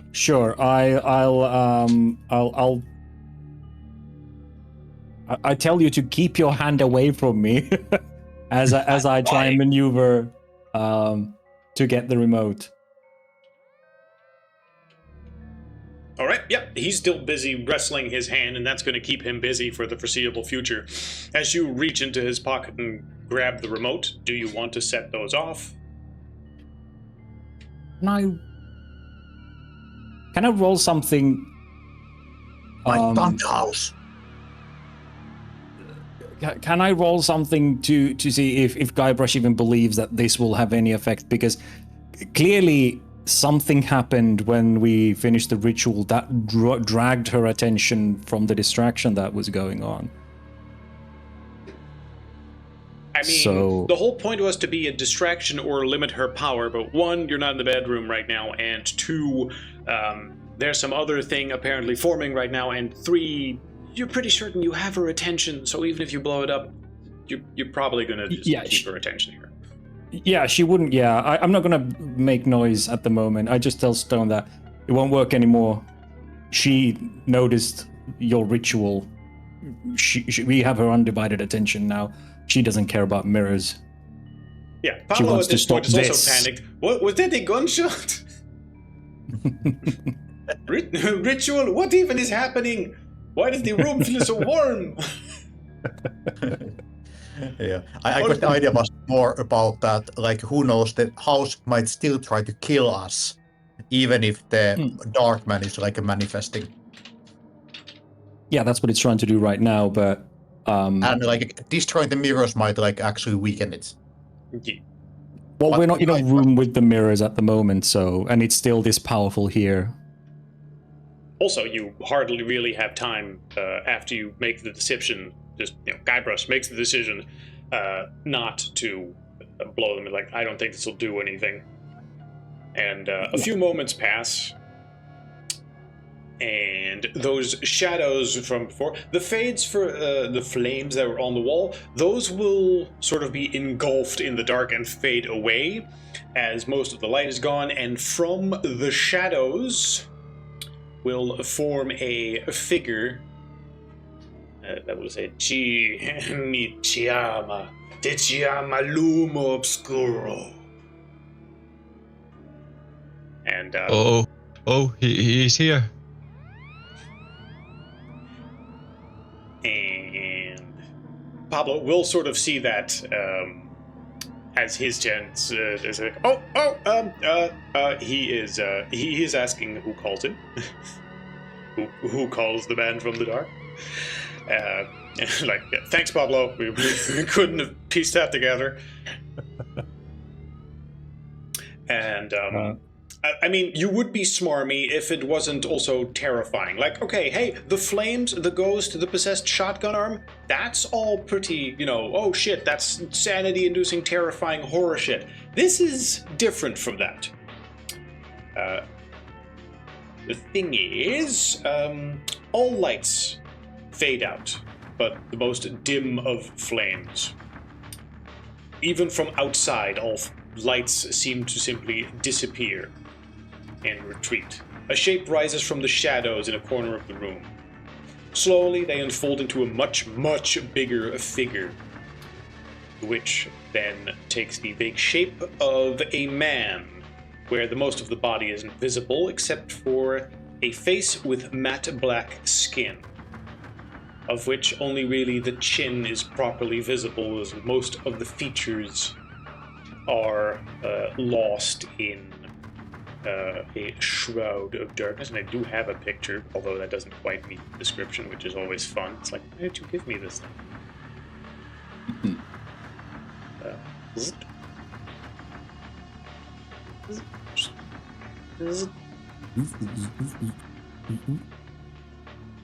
Actually, put it like so.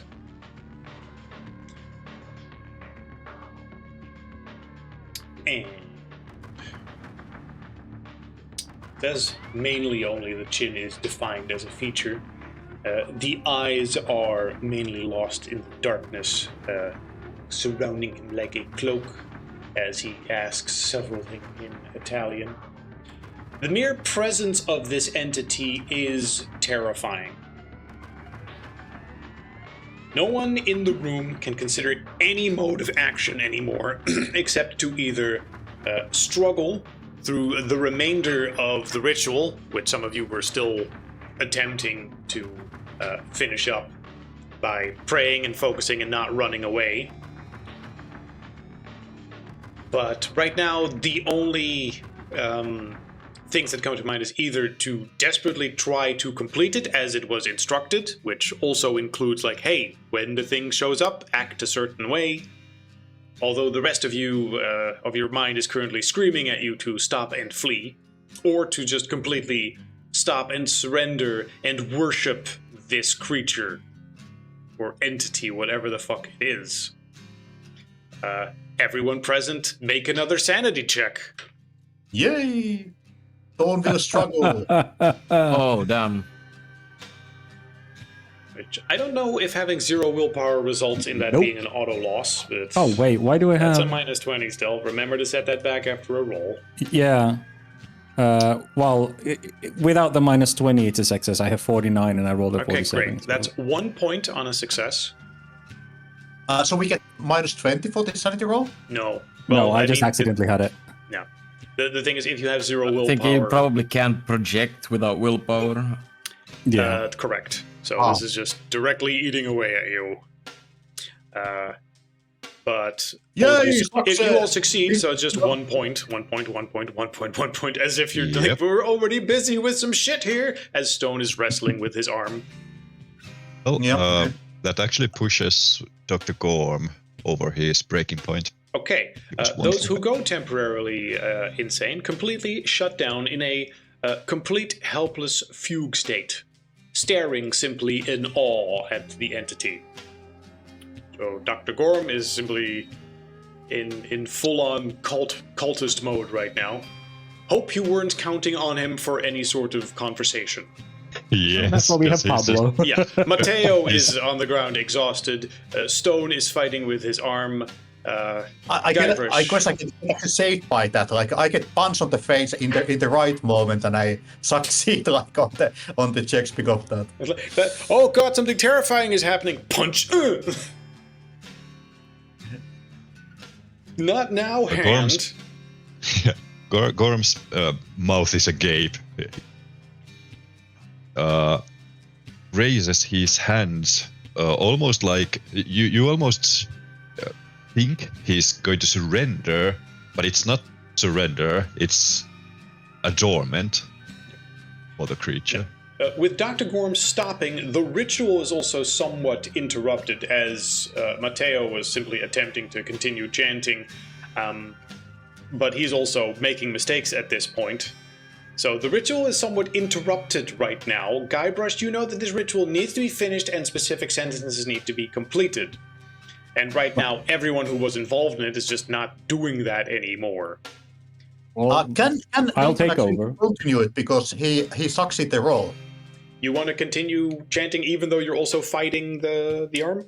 That's possible. That's possible. I'm just sketching the Yeah, situation.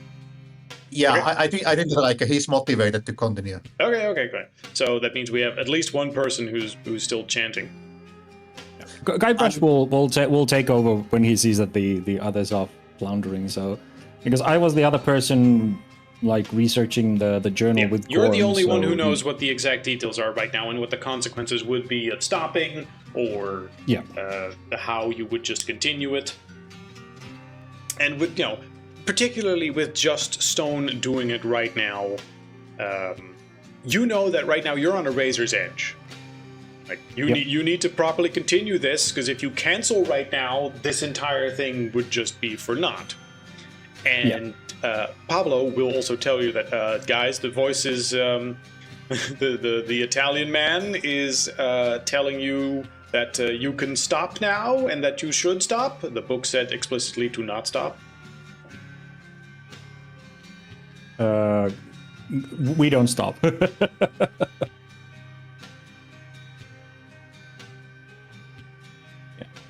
Okay. There's a bunch of angry Italian. And Pablo said, he sounds very mad, and he says that he will give all of you great consequences if you don't stop. Is this actually Pablo? Like Pablo paying is, attention, right? But paying attention to the Shadow Man. Is he translating after the Shadow Man himself is speaking in a way that we can perceive, like we did earlier? Yes. You hear Italian, then Pablo translates. La tu parada nicto. Can I check if? Damn it! Can I check if Pablo is based on the what we've been with him a week? Can I see if he's off his rocker or if he's actually himself still? If because Pablo we know is that still himself. because he's Isabella can influence people. So yes, let's see. Because there was a separate role I did for that a little bit ago. But because stuff is happening and Isabella is currently acting, but she's currently focused on Stone still. Low is good. Okay. I don't think Isabella would be influencing him right now, but I think that he would very much at this point be like, okay, what the fuck is happening? Very much from a good Christian boy perspective rather than a professional who's willing that if he's instructed, keep the blindfold on. But he will ask you questions like, okay, can someone tell me what is happening? Because I sort of need context for some of the things he's asking right now. And well, you need to tell us what he is asking. This is very important. If we do this wrong, the souls will remain in this house forever, in his grip forever. Okay. Well, Correct translation, do not worry about anything else. Okay. You are the bridge that makes this work. Okay, he's just demanding that you stop, and that if you don't give him what he is owed and try to get out of this contract right now, he will be very mad and make you pay somehow.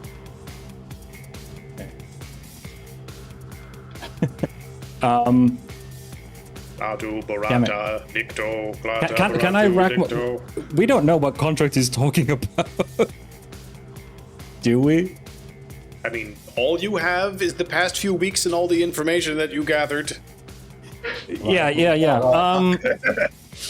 He will say, tell him we wish a new contract or alter the contract. Okay. He simply translates this directly to Italian. We wish to alter the contract. Damn it! This is an unexpected turn. Okay. Yeah. As in him demanding us to pay his dues and to honor a contract, and I don't think we know what contract he's even talking about. Yeah. No. It's even like There's a laughing like ha ha ha ha ha ha, and then a whole bunch of Italian more and like, oh, you wish to alter the contract? Like, what could you possibly offer me? Do you wish to take the young witch's place and offer me souls in his stead? No, I do not think you would be capable of something like that.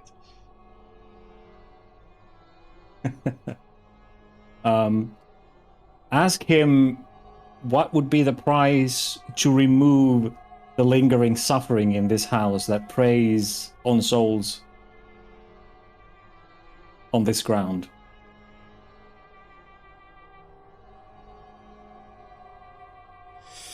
Okay, I need to check. Okay, low is good. Okay, he would simply go, like, do you want these souls to be freed? He would simply ask, all you need to do is stop the ritual.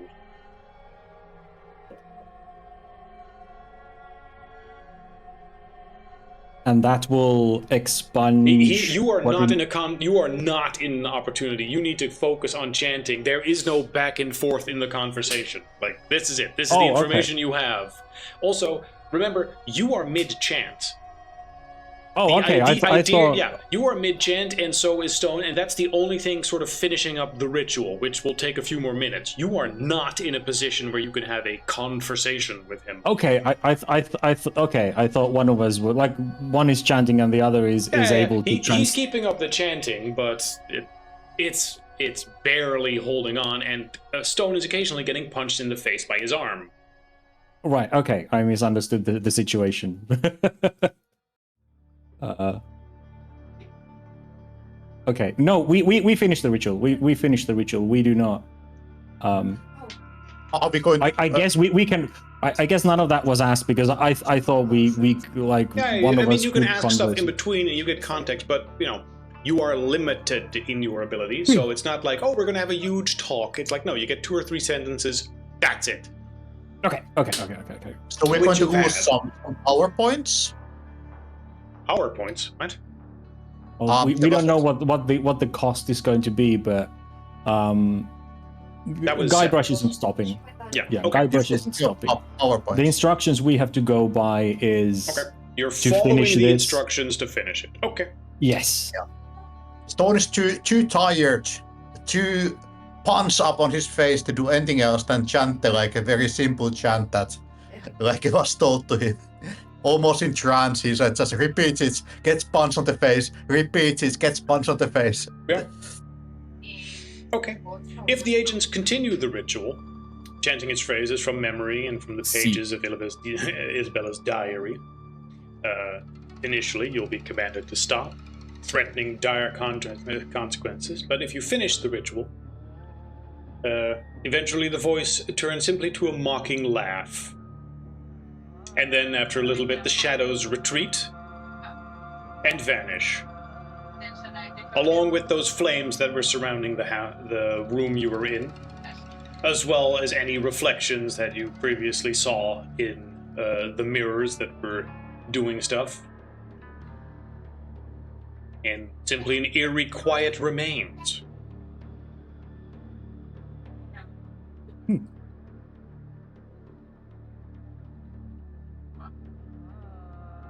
Does the punching stop? The punching stops.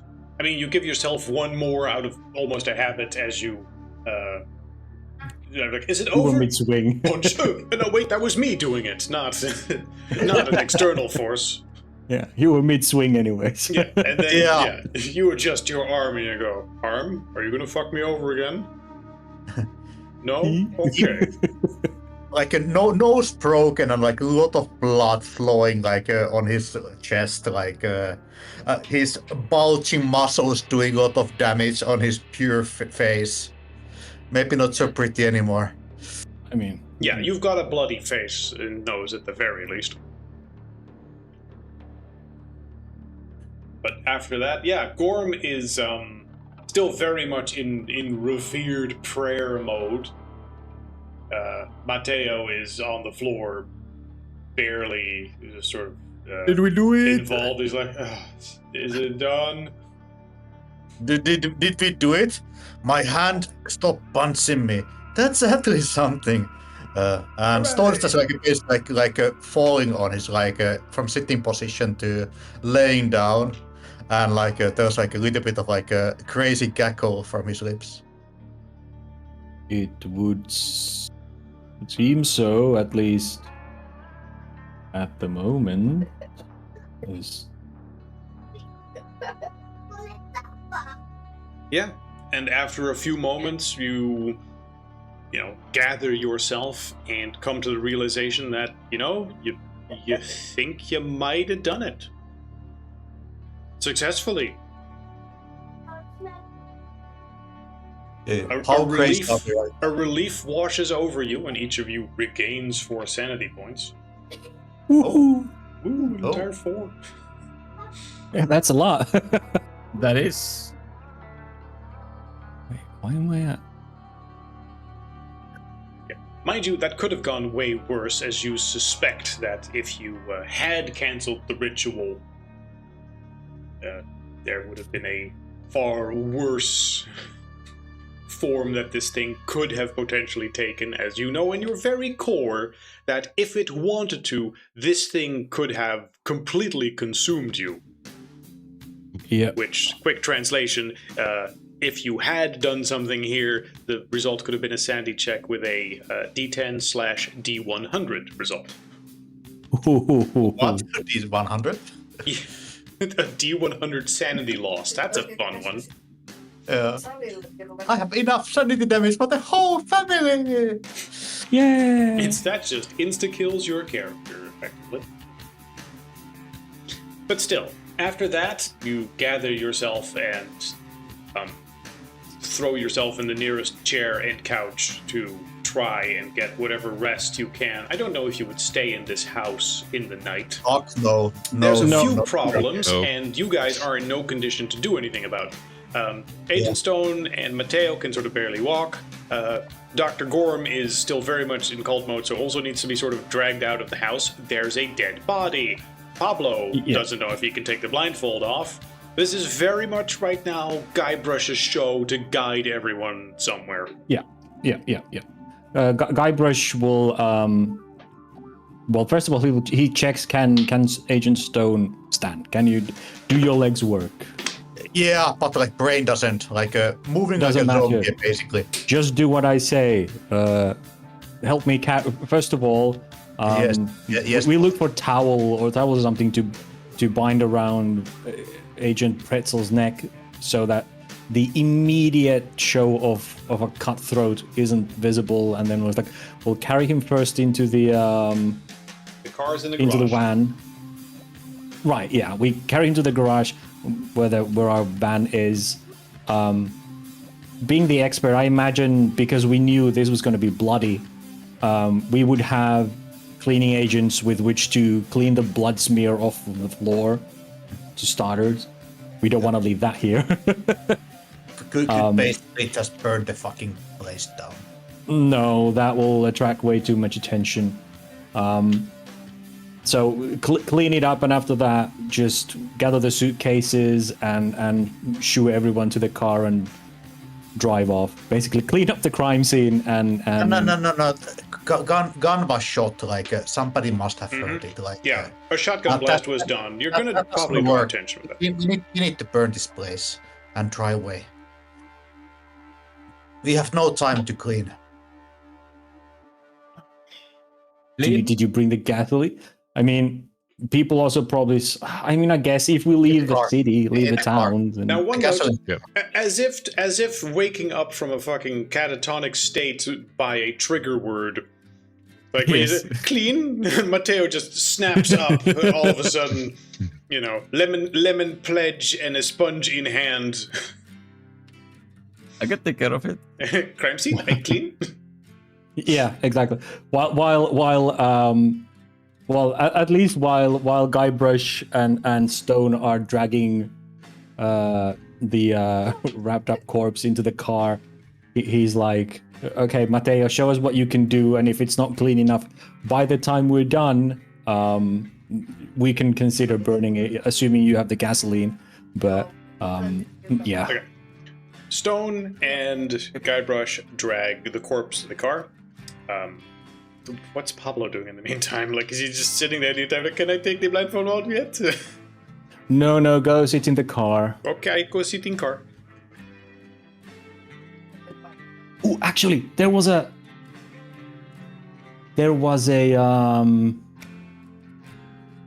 this house has a gas stove, right? Yes.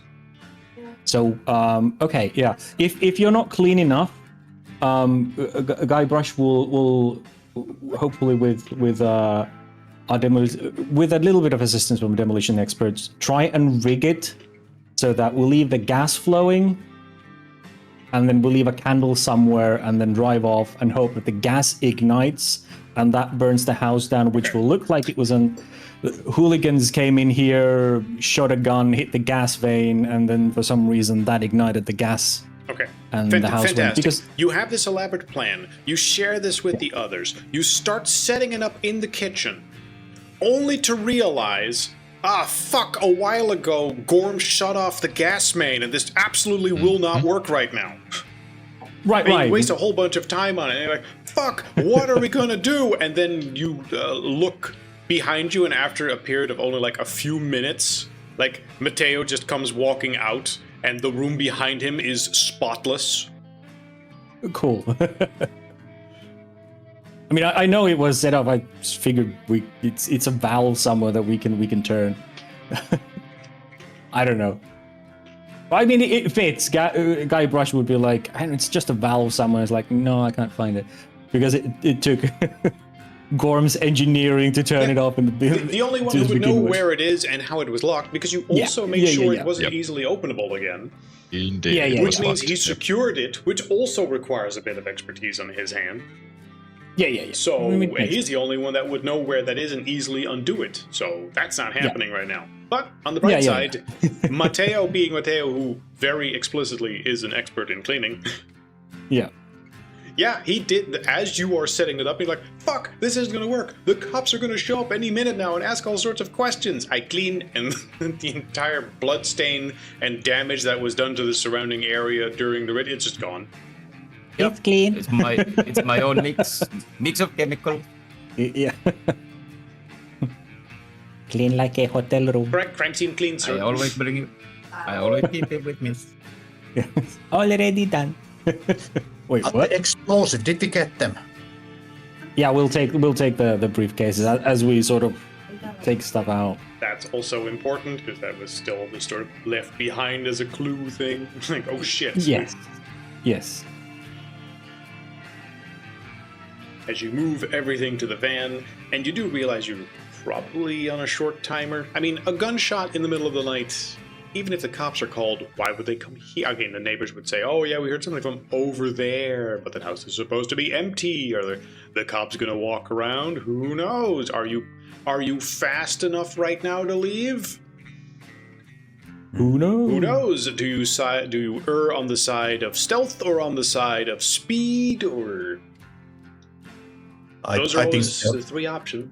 Stealth will be good. Yeah. Okay. So you're trying to watch for the cops and sneak around them.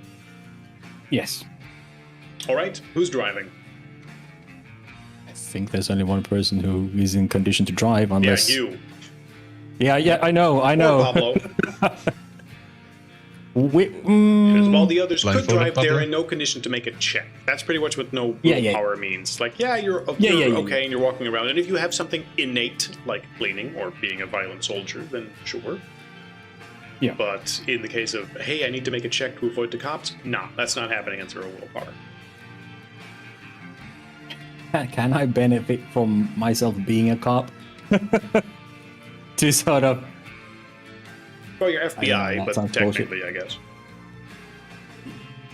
Yeah, I mean... Does that give you expertise in... Would you have a police scanner in your van?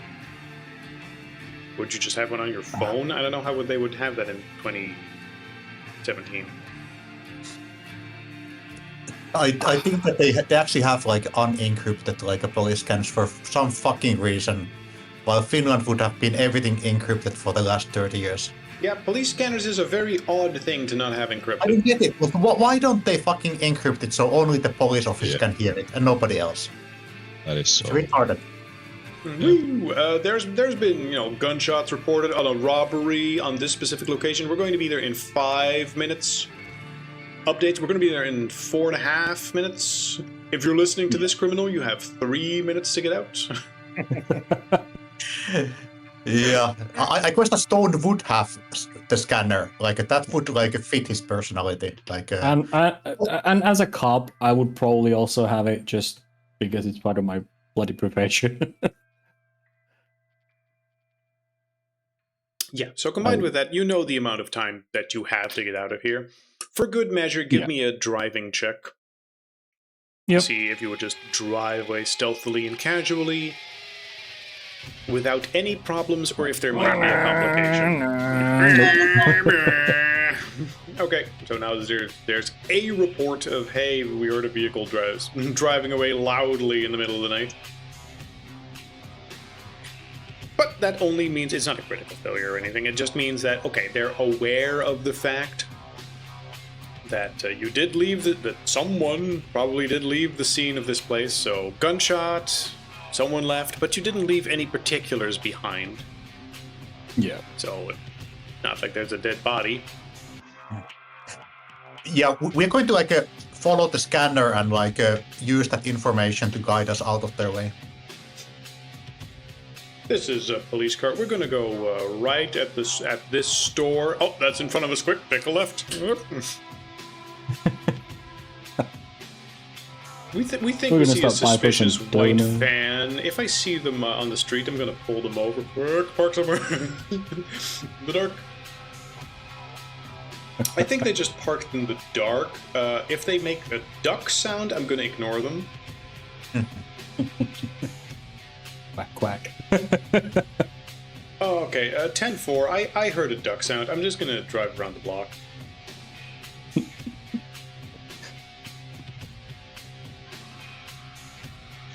And then the other cops on the radio are just like, should you really be announcing that you're doing that sort of stuff with specific code phrases and whatnot?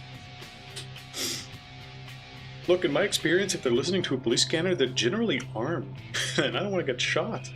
Yeah. You're a cop. Stop being a baby. Go arrest them. It's literally your job. But I'm two days from my retirement age. 2 days from retirement. Oh, what's the worst that could happen? Also, this is a white neighborhood.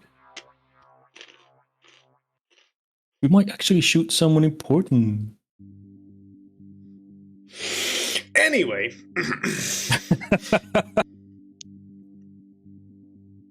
The group drives off, and we'll need an extensive period to recuperate from that shit.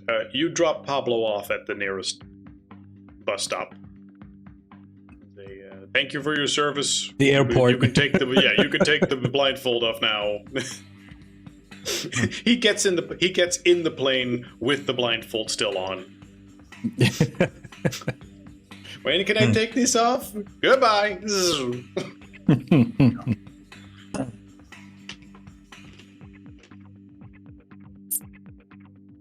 And I will offer psychotherapy sessions for anyone needing them. Plenty of Maybe people will I am borrow. a psychotherapist. I need a shot of whiskey and then I need to sleep. Very much. Yeah, during the downtime, not tonight, but during any potential downtime we might have. So Right. The investigation comes to an end when the agents successfully lift the consecration. And let's see, there's a note in case of, but that's not the case. Yeah, as some time passes, a few months, there are no more reports of incidents like before. And while you are never really 100% sure what the fuck that was or how it worked, you can, at the very least, successfully report that and say, mission complete. Woo. Now, I find it a little bit insulting that it then says, hey, if you just burn down the house and then leave, then later you learn that they rebuild it and the incidents continue, and the realization takes you 1d4 sanity compared to the fucking horror terrors that you fought, but you know. If your goal is to stay sane, then you should have just done that. But yeah, that's so not a success. If our goal is to say saying we should have done what Stone suggested from the start. Should have pushed Stone over. It would have been over so fast in the first session. Well, it would have been over temporarily. It would have been on pause for a long time. But yeah, that was As one minor note, Your characters are not aware of this. But in the mirror dimension right now... Quick.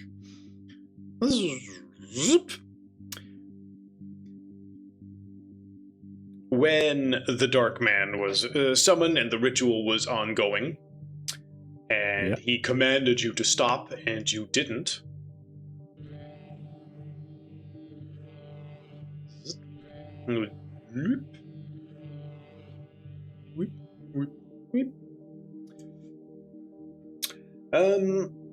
As the Dark Man does that, and you refuse to listen to him, darkness simply covers the entire room, and you are all sucked into it and find yourself similar, what you will quickly realize, in a dimension similar to what you were when you were sucked into the mirror. You can see the ghost of Isabel there as well, as you're all sort of, floating and trapped in there. And Pablo will translate that like, oh god, you have pissed him off sufficiently by not playing along with the rite as it was set up, with the great game as he constructed it, has the rules broken, and he takes his games very seriously. So you will all be trapped here for eternity unless you can beat him in a game. Oh no. I don't know what he means with that.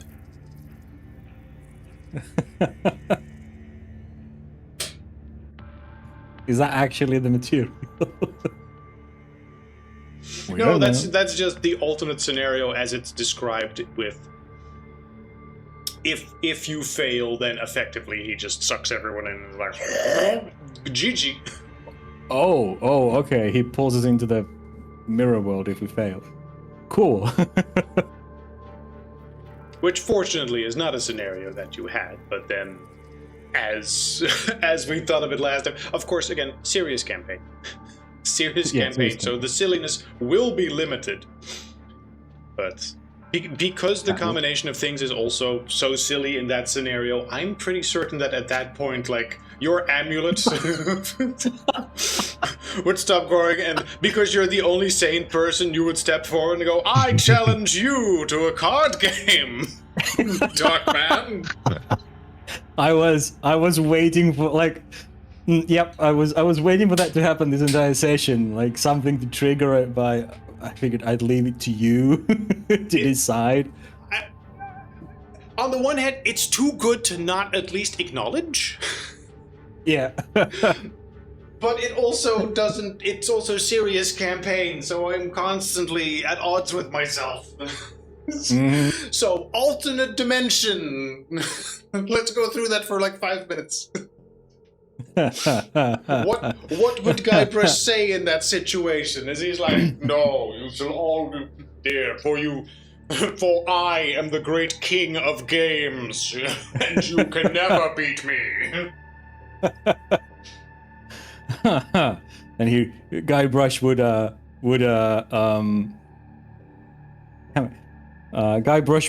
would yank his jacket open and ruffle his hair a bit and go, well, it is good that I came prepared. I challenge you to a children's card game with your name on it.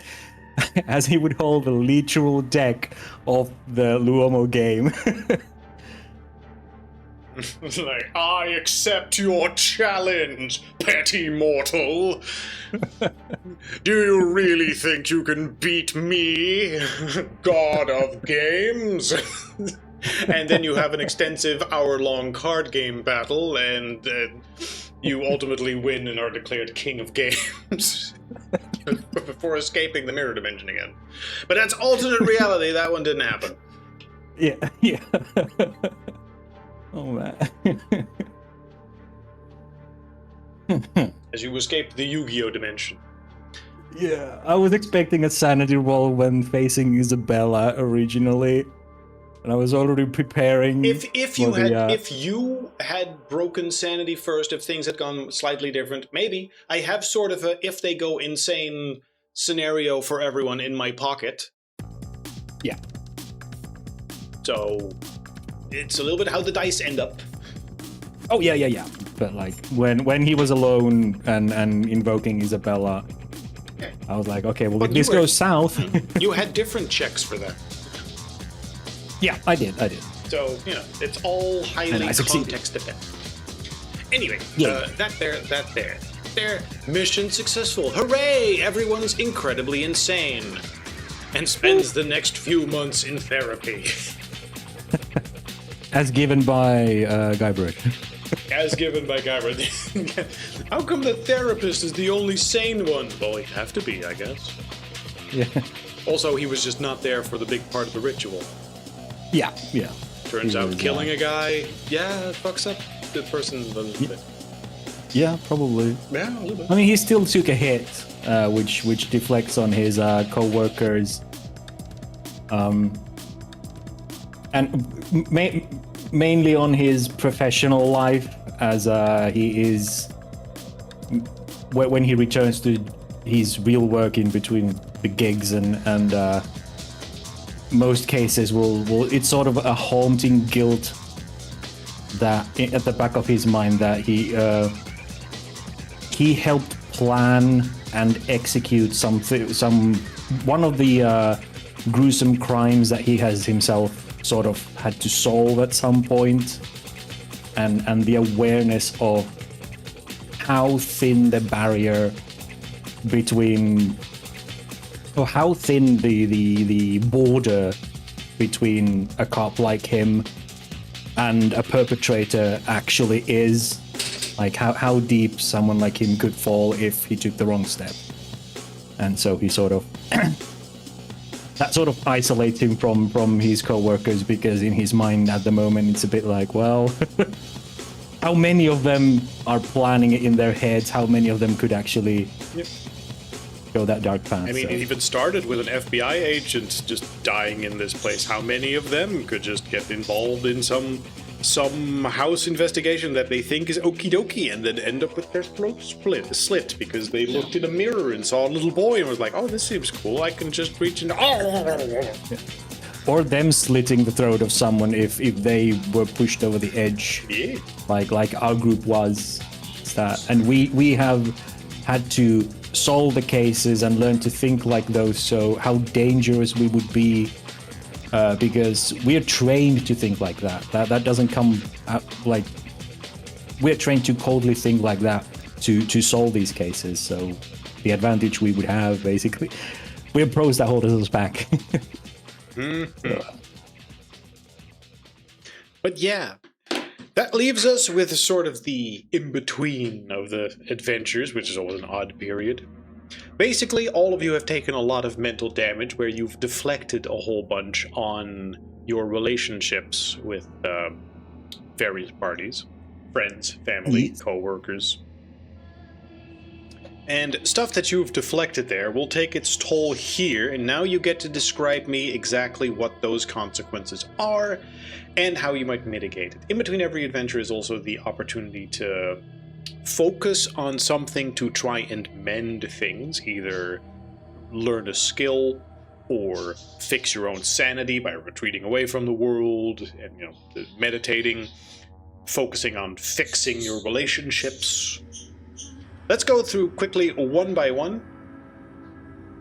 Stone, why don't you start by telling me what stuff did you deflect on, if you did at all? To be fair, Stone actually got through this pretty nicely. He didn't take any severe mental damage. Sure, a couple of points here and there, but nothing huge.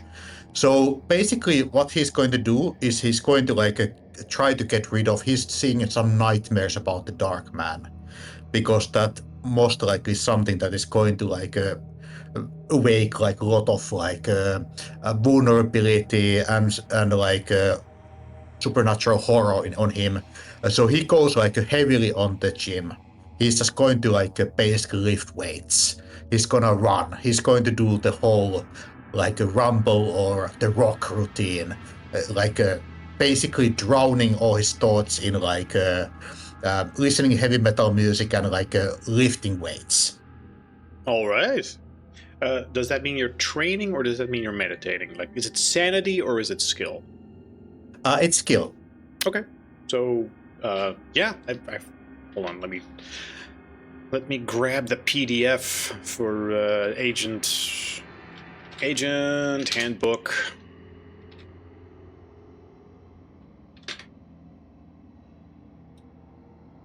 What was it called?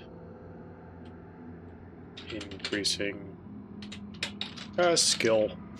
Nope. I know that last time we had this section, it was like, oh yeah, in between adventures, after a thing, fixing a bond, consequences from things. Back to nature, here it is. Oh, good, that was pretty good. Personal pursuits. Back to nature, fulfill responsibility, establish new bonds, go to therapy. Personal motivation, special training. Increase skill. Or increase stat. I believe the effect is the same, which is you attempt a test of that stat or skill, and then you add 3d6 if the test fails.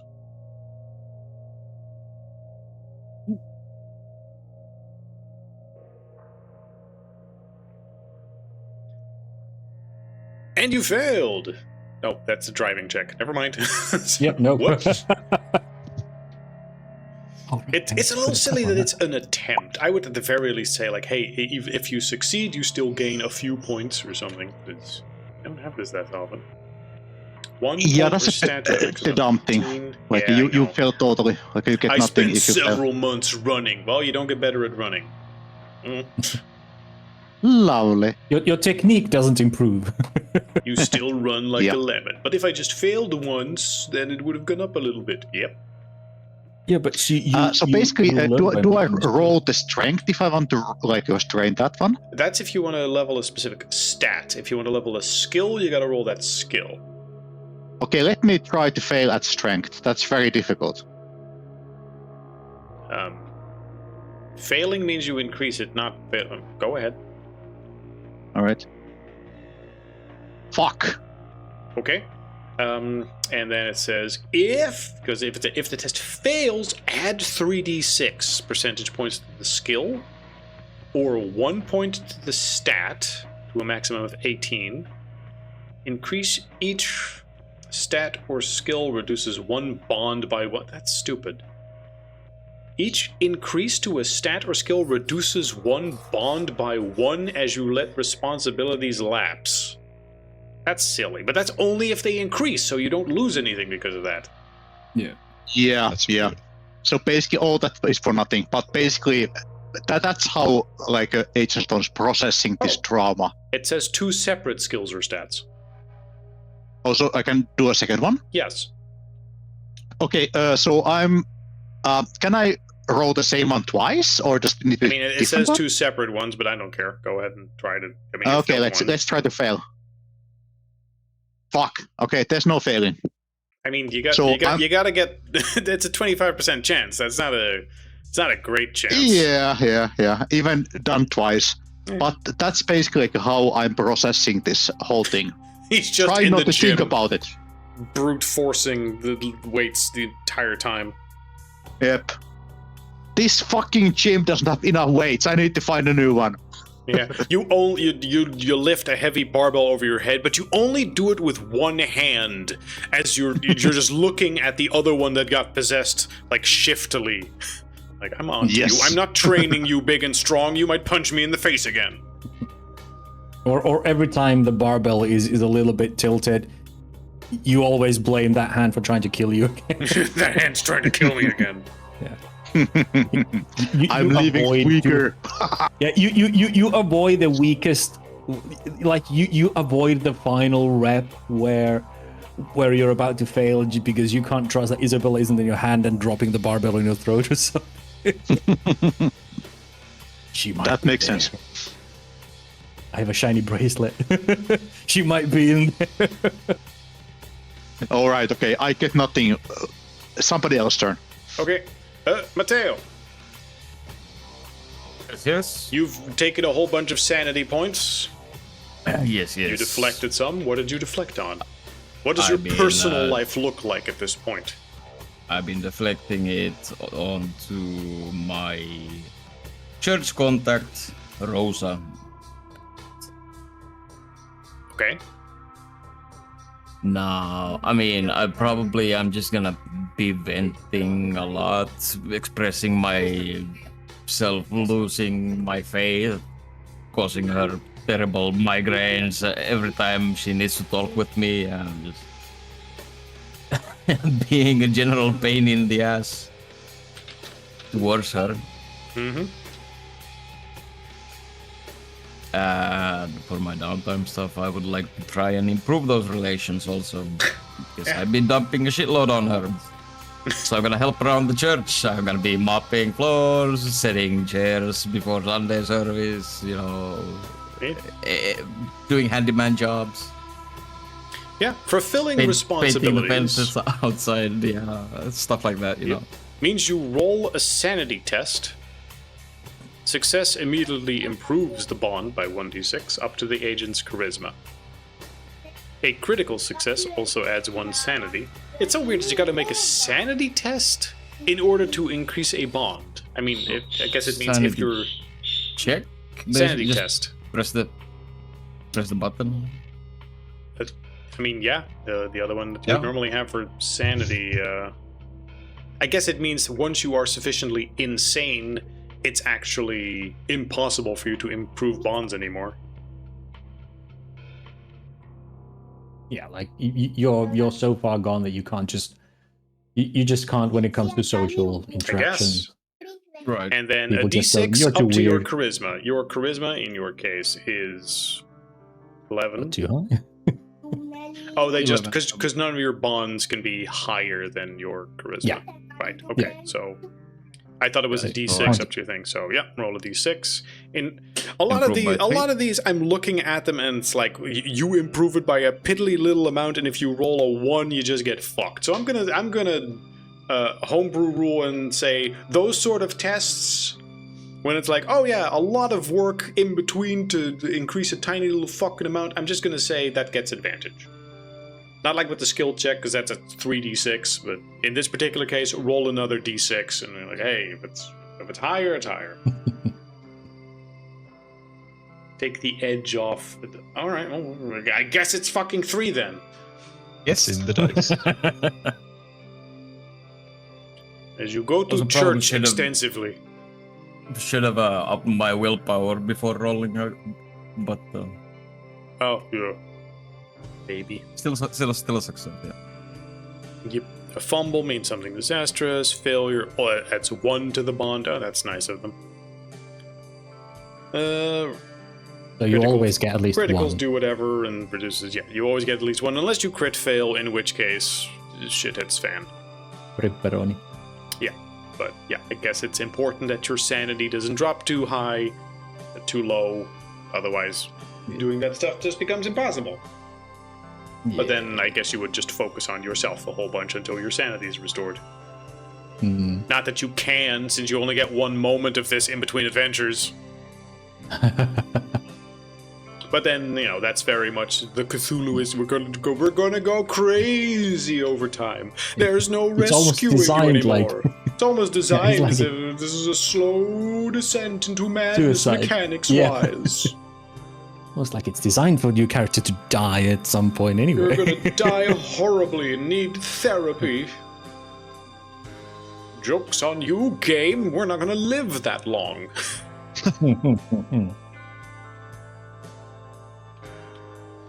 But yeah. Next, Gorm. All right. Who did you deflect on, and what does that look like? Yep.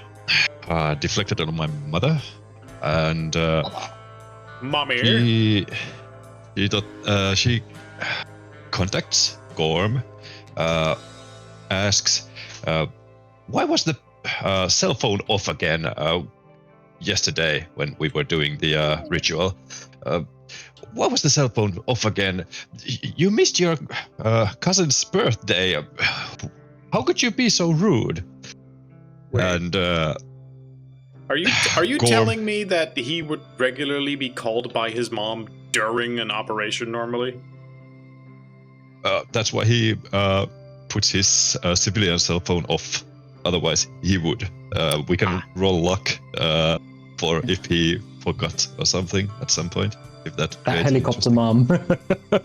Oh yes, and then Gorm explodes. Like, why do you always have to be there for? They're just overbearing all the time. You Mom, think I'm I care about that 43. fucking cousin? You have no idea what's going on in my life. Just there are things a lot bigger than your little problems, and I fucking don't want to talk to you ever again. I hope you fucking die. And then he just slams the like slams the drops the call. What do you call it with a phone? Just completely cuts off. Drops the mic. Basically, and yeah, that does it. Because my score with my mother is 0, so she's never gonna talk again. And after like trying to call her like a couple of weeks apart, no answer. And when he contacts his brother's mad as hell. But How yeah, dare you say that to mom? Yeah, exactly. Like, he raised you. What the hell is wrong with you? So yeah,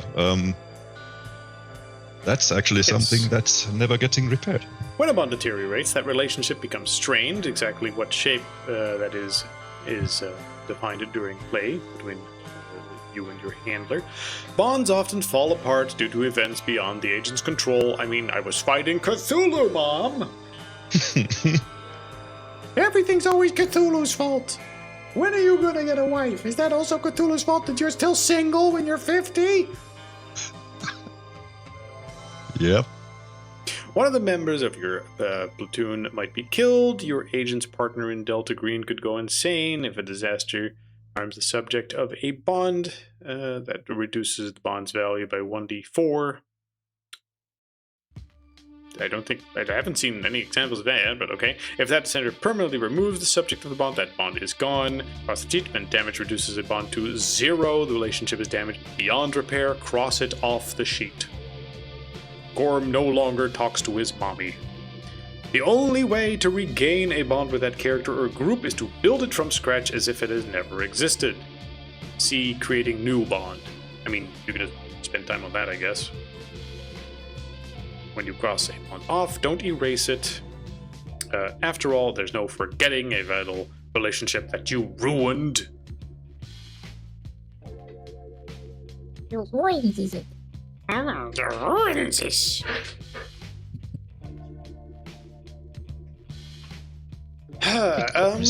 But that sort of raises the question, what do you do after that?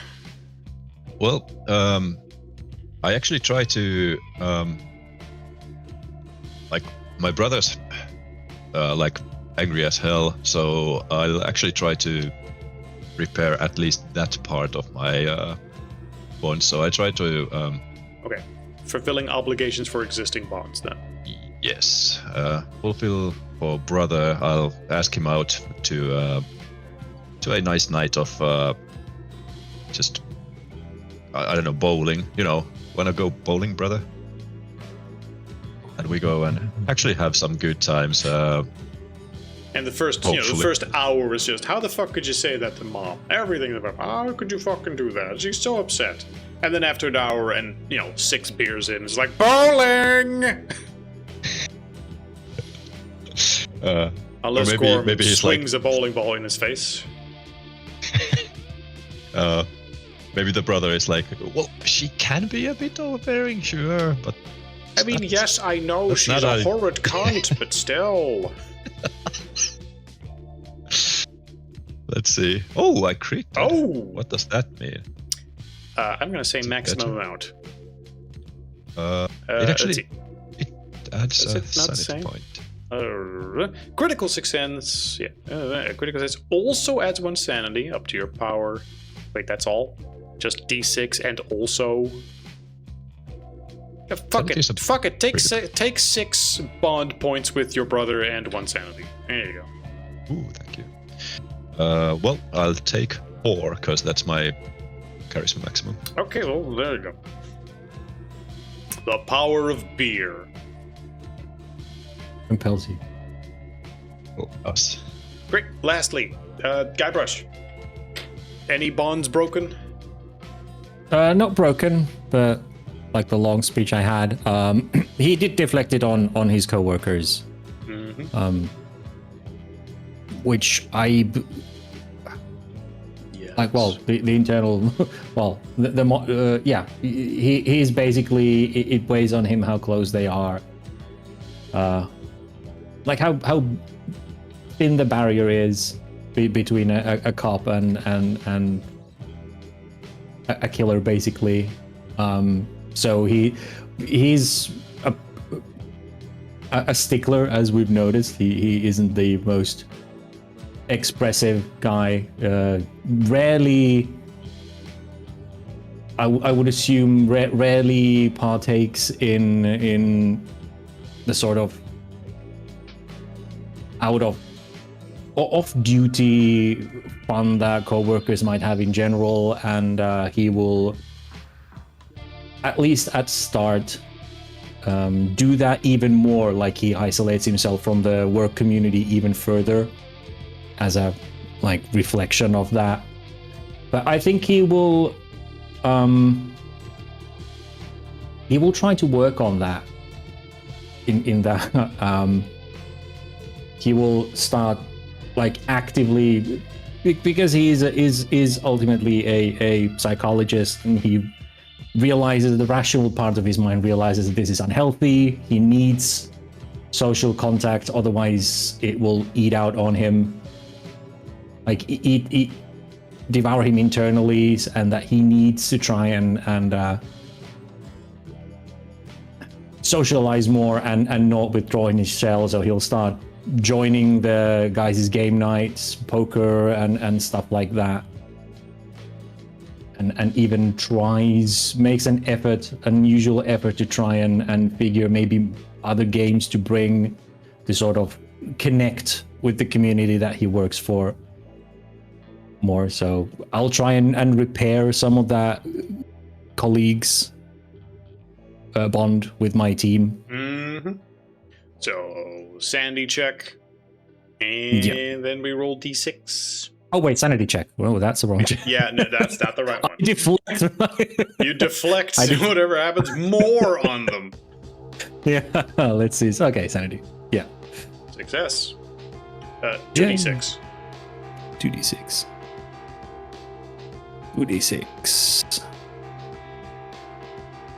So 5. And we took the, you take yeah, the I took highest. the better one. And it goes up to the up to your maximum, charisma. Not beyond. Yeah. Yeah. So we're back at 7. It's fully recovered. Still not great, but it's still a 7. But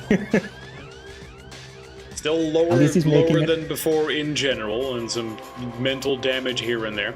Also, I feel like you reached your breaking point a while ago. We established that the delusion of your alternate character was a consequence of that.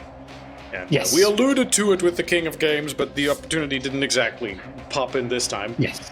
But because that is a thing that occasionally pops up now, I will require you to at least give me one scenario. Did I not pop that image in here? You did. Well, then where'd it go?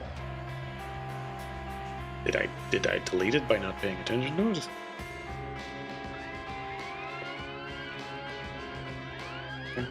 Anyway, from that point on, he no longer wears a tie, and he wears this fancy amulet that he found in the antique shop.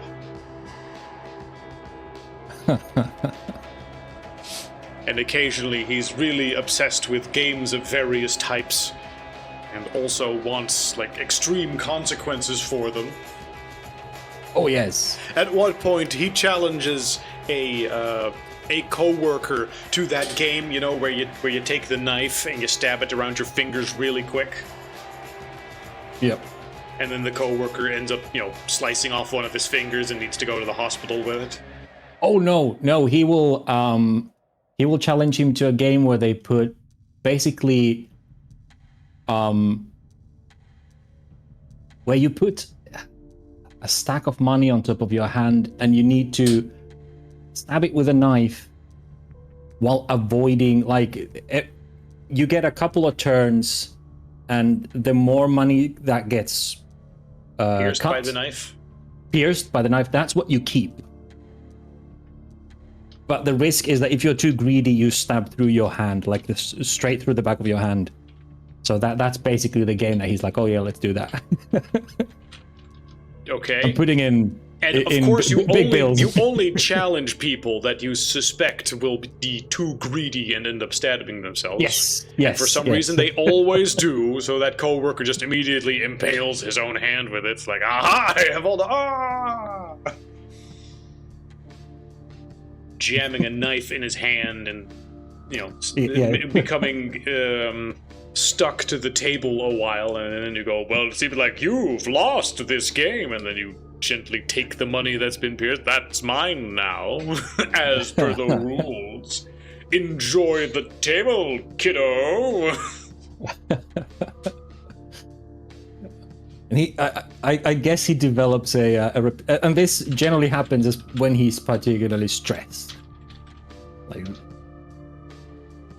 if we're going with the like keeping it still within the sort of grounded in the games, in Delta Greens, the disorder is, I put it as dissociative identity disorder, which is during extreme stress that triggers and the personality flip. So that becomes known as his sort of de-stressing mode. And people are like, well, if you don't want to play high stakes games, stay away from a guy Brush when he looks particularly stressed, because he will challenge you to something stupid and crazy.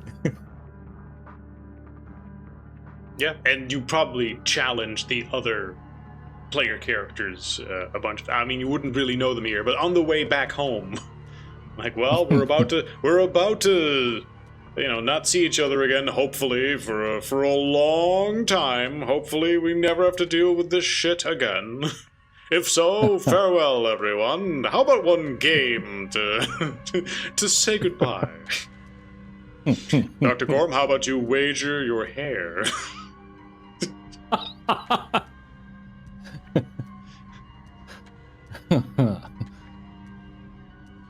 Matteo, that famous formula you have, how would you wager that? How about some Russian roulette, Agent Stone?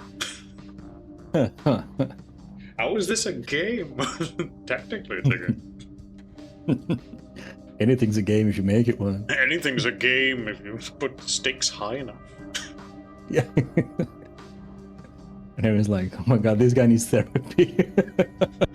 Well, actually, yeah, you're hearing this during the therapy sessions that you're having with the other characters.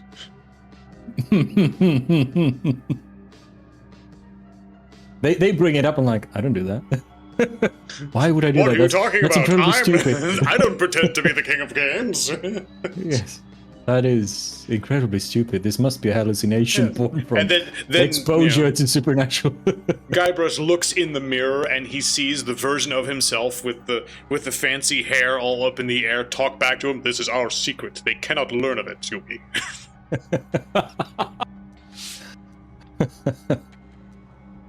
Surely I don't take it seriously. I think it's much more fun if he's like the personalities of their own memories. He just has weird blackouts.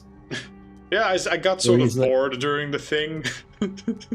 Doctor, I don't think it's normal if we play a children's card game during therapy session. It's weird blackouts. Like I must have zoned out there. But it's. I hope it was a good session, and he has no memory. And every now and again, people are like, "You're so weird." And I was like, "No, I'm not." What are you talking about? I wouldn't do that. Absolutely not. That would make no sense.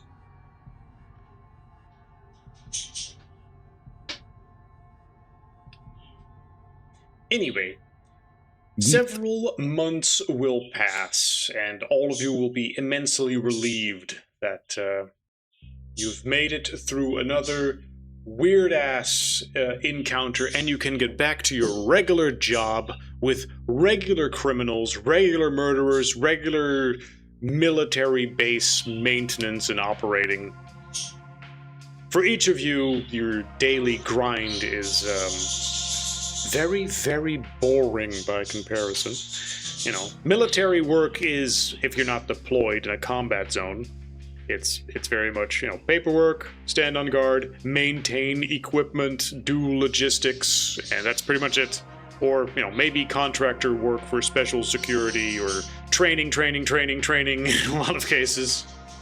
As for Dr. Gorm, he goes back to the lab and the museum, taking care of things. Back to forensics for Guybrush and some psychotherapy. As for Mateo, no one knows exactly what he does as a job. We never ask. But he always He just insists appears that when those there's a are- job to be done. Yes. But after a while, you will be contacted yet again, as apparently a dead body was found that got flagged for a Delta Green investigation as a body of a known individual was stuffed to the brim with miscellaneous heavy metals, as a case of extreme poisoning, as if someone pumped his body full of liquids that weren't supposed to be there. And inside his body, in the biological samples, were also microbes found that were infesting this collection of heavy metals, which isn't supposed to be a thing. Suspicions are currently that there is some other organization doing biological experiments completely off Delta Green's radar. And they want you to investigate the clues to try and find whether or not this is some sort of covert op by another country or some organization doing this off the books that Delta Green would then incorporate, or hopefully not, some otherworldly threat doing this somehow. Yeah. And that is where we will continue next time then. Dun dun dun. Dun dun dun dun dun dun dun dun. Dun dun dun dun dun dun dun. I think we'll call it here then. Yeah. Yes. Yes. Okay. Good. Say goodnight, everyone. Good night, night, everyone. everybody.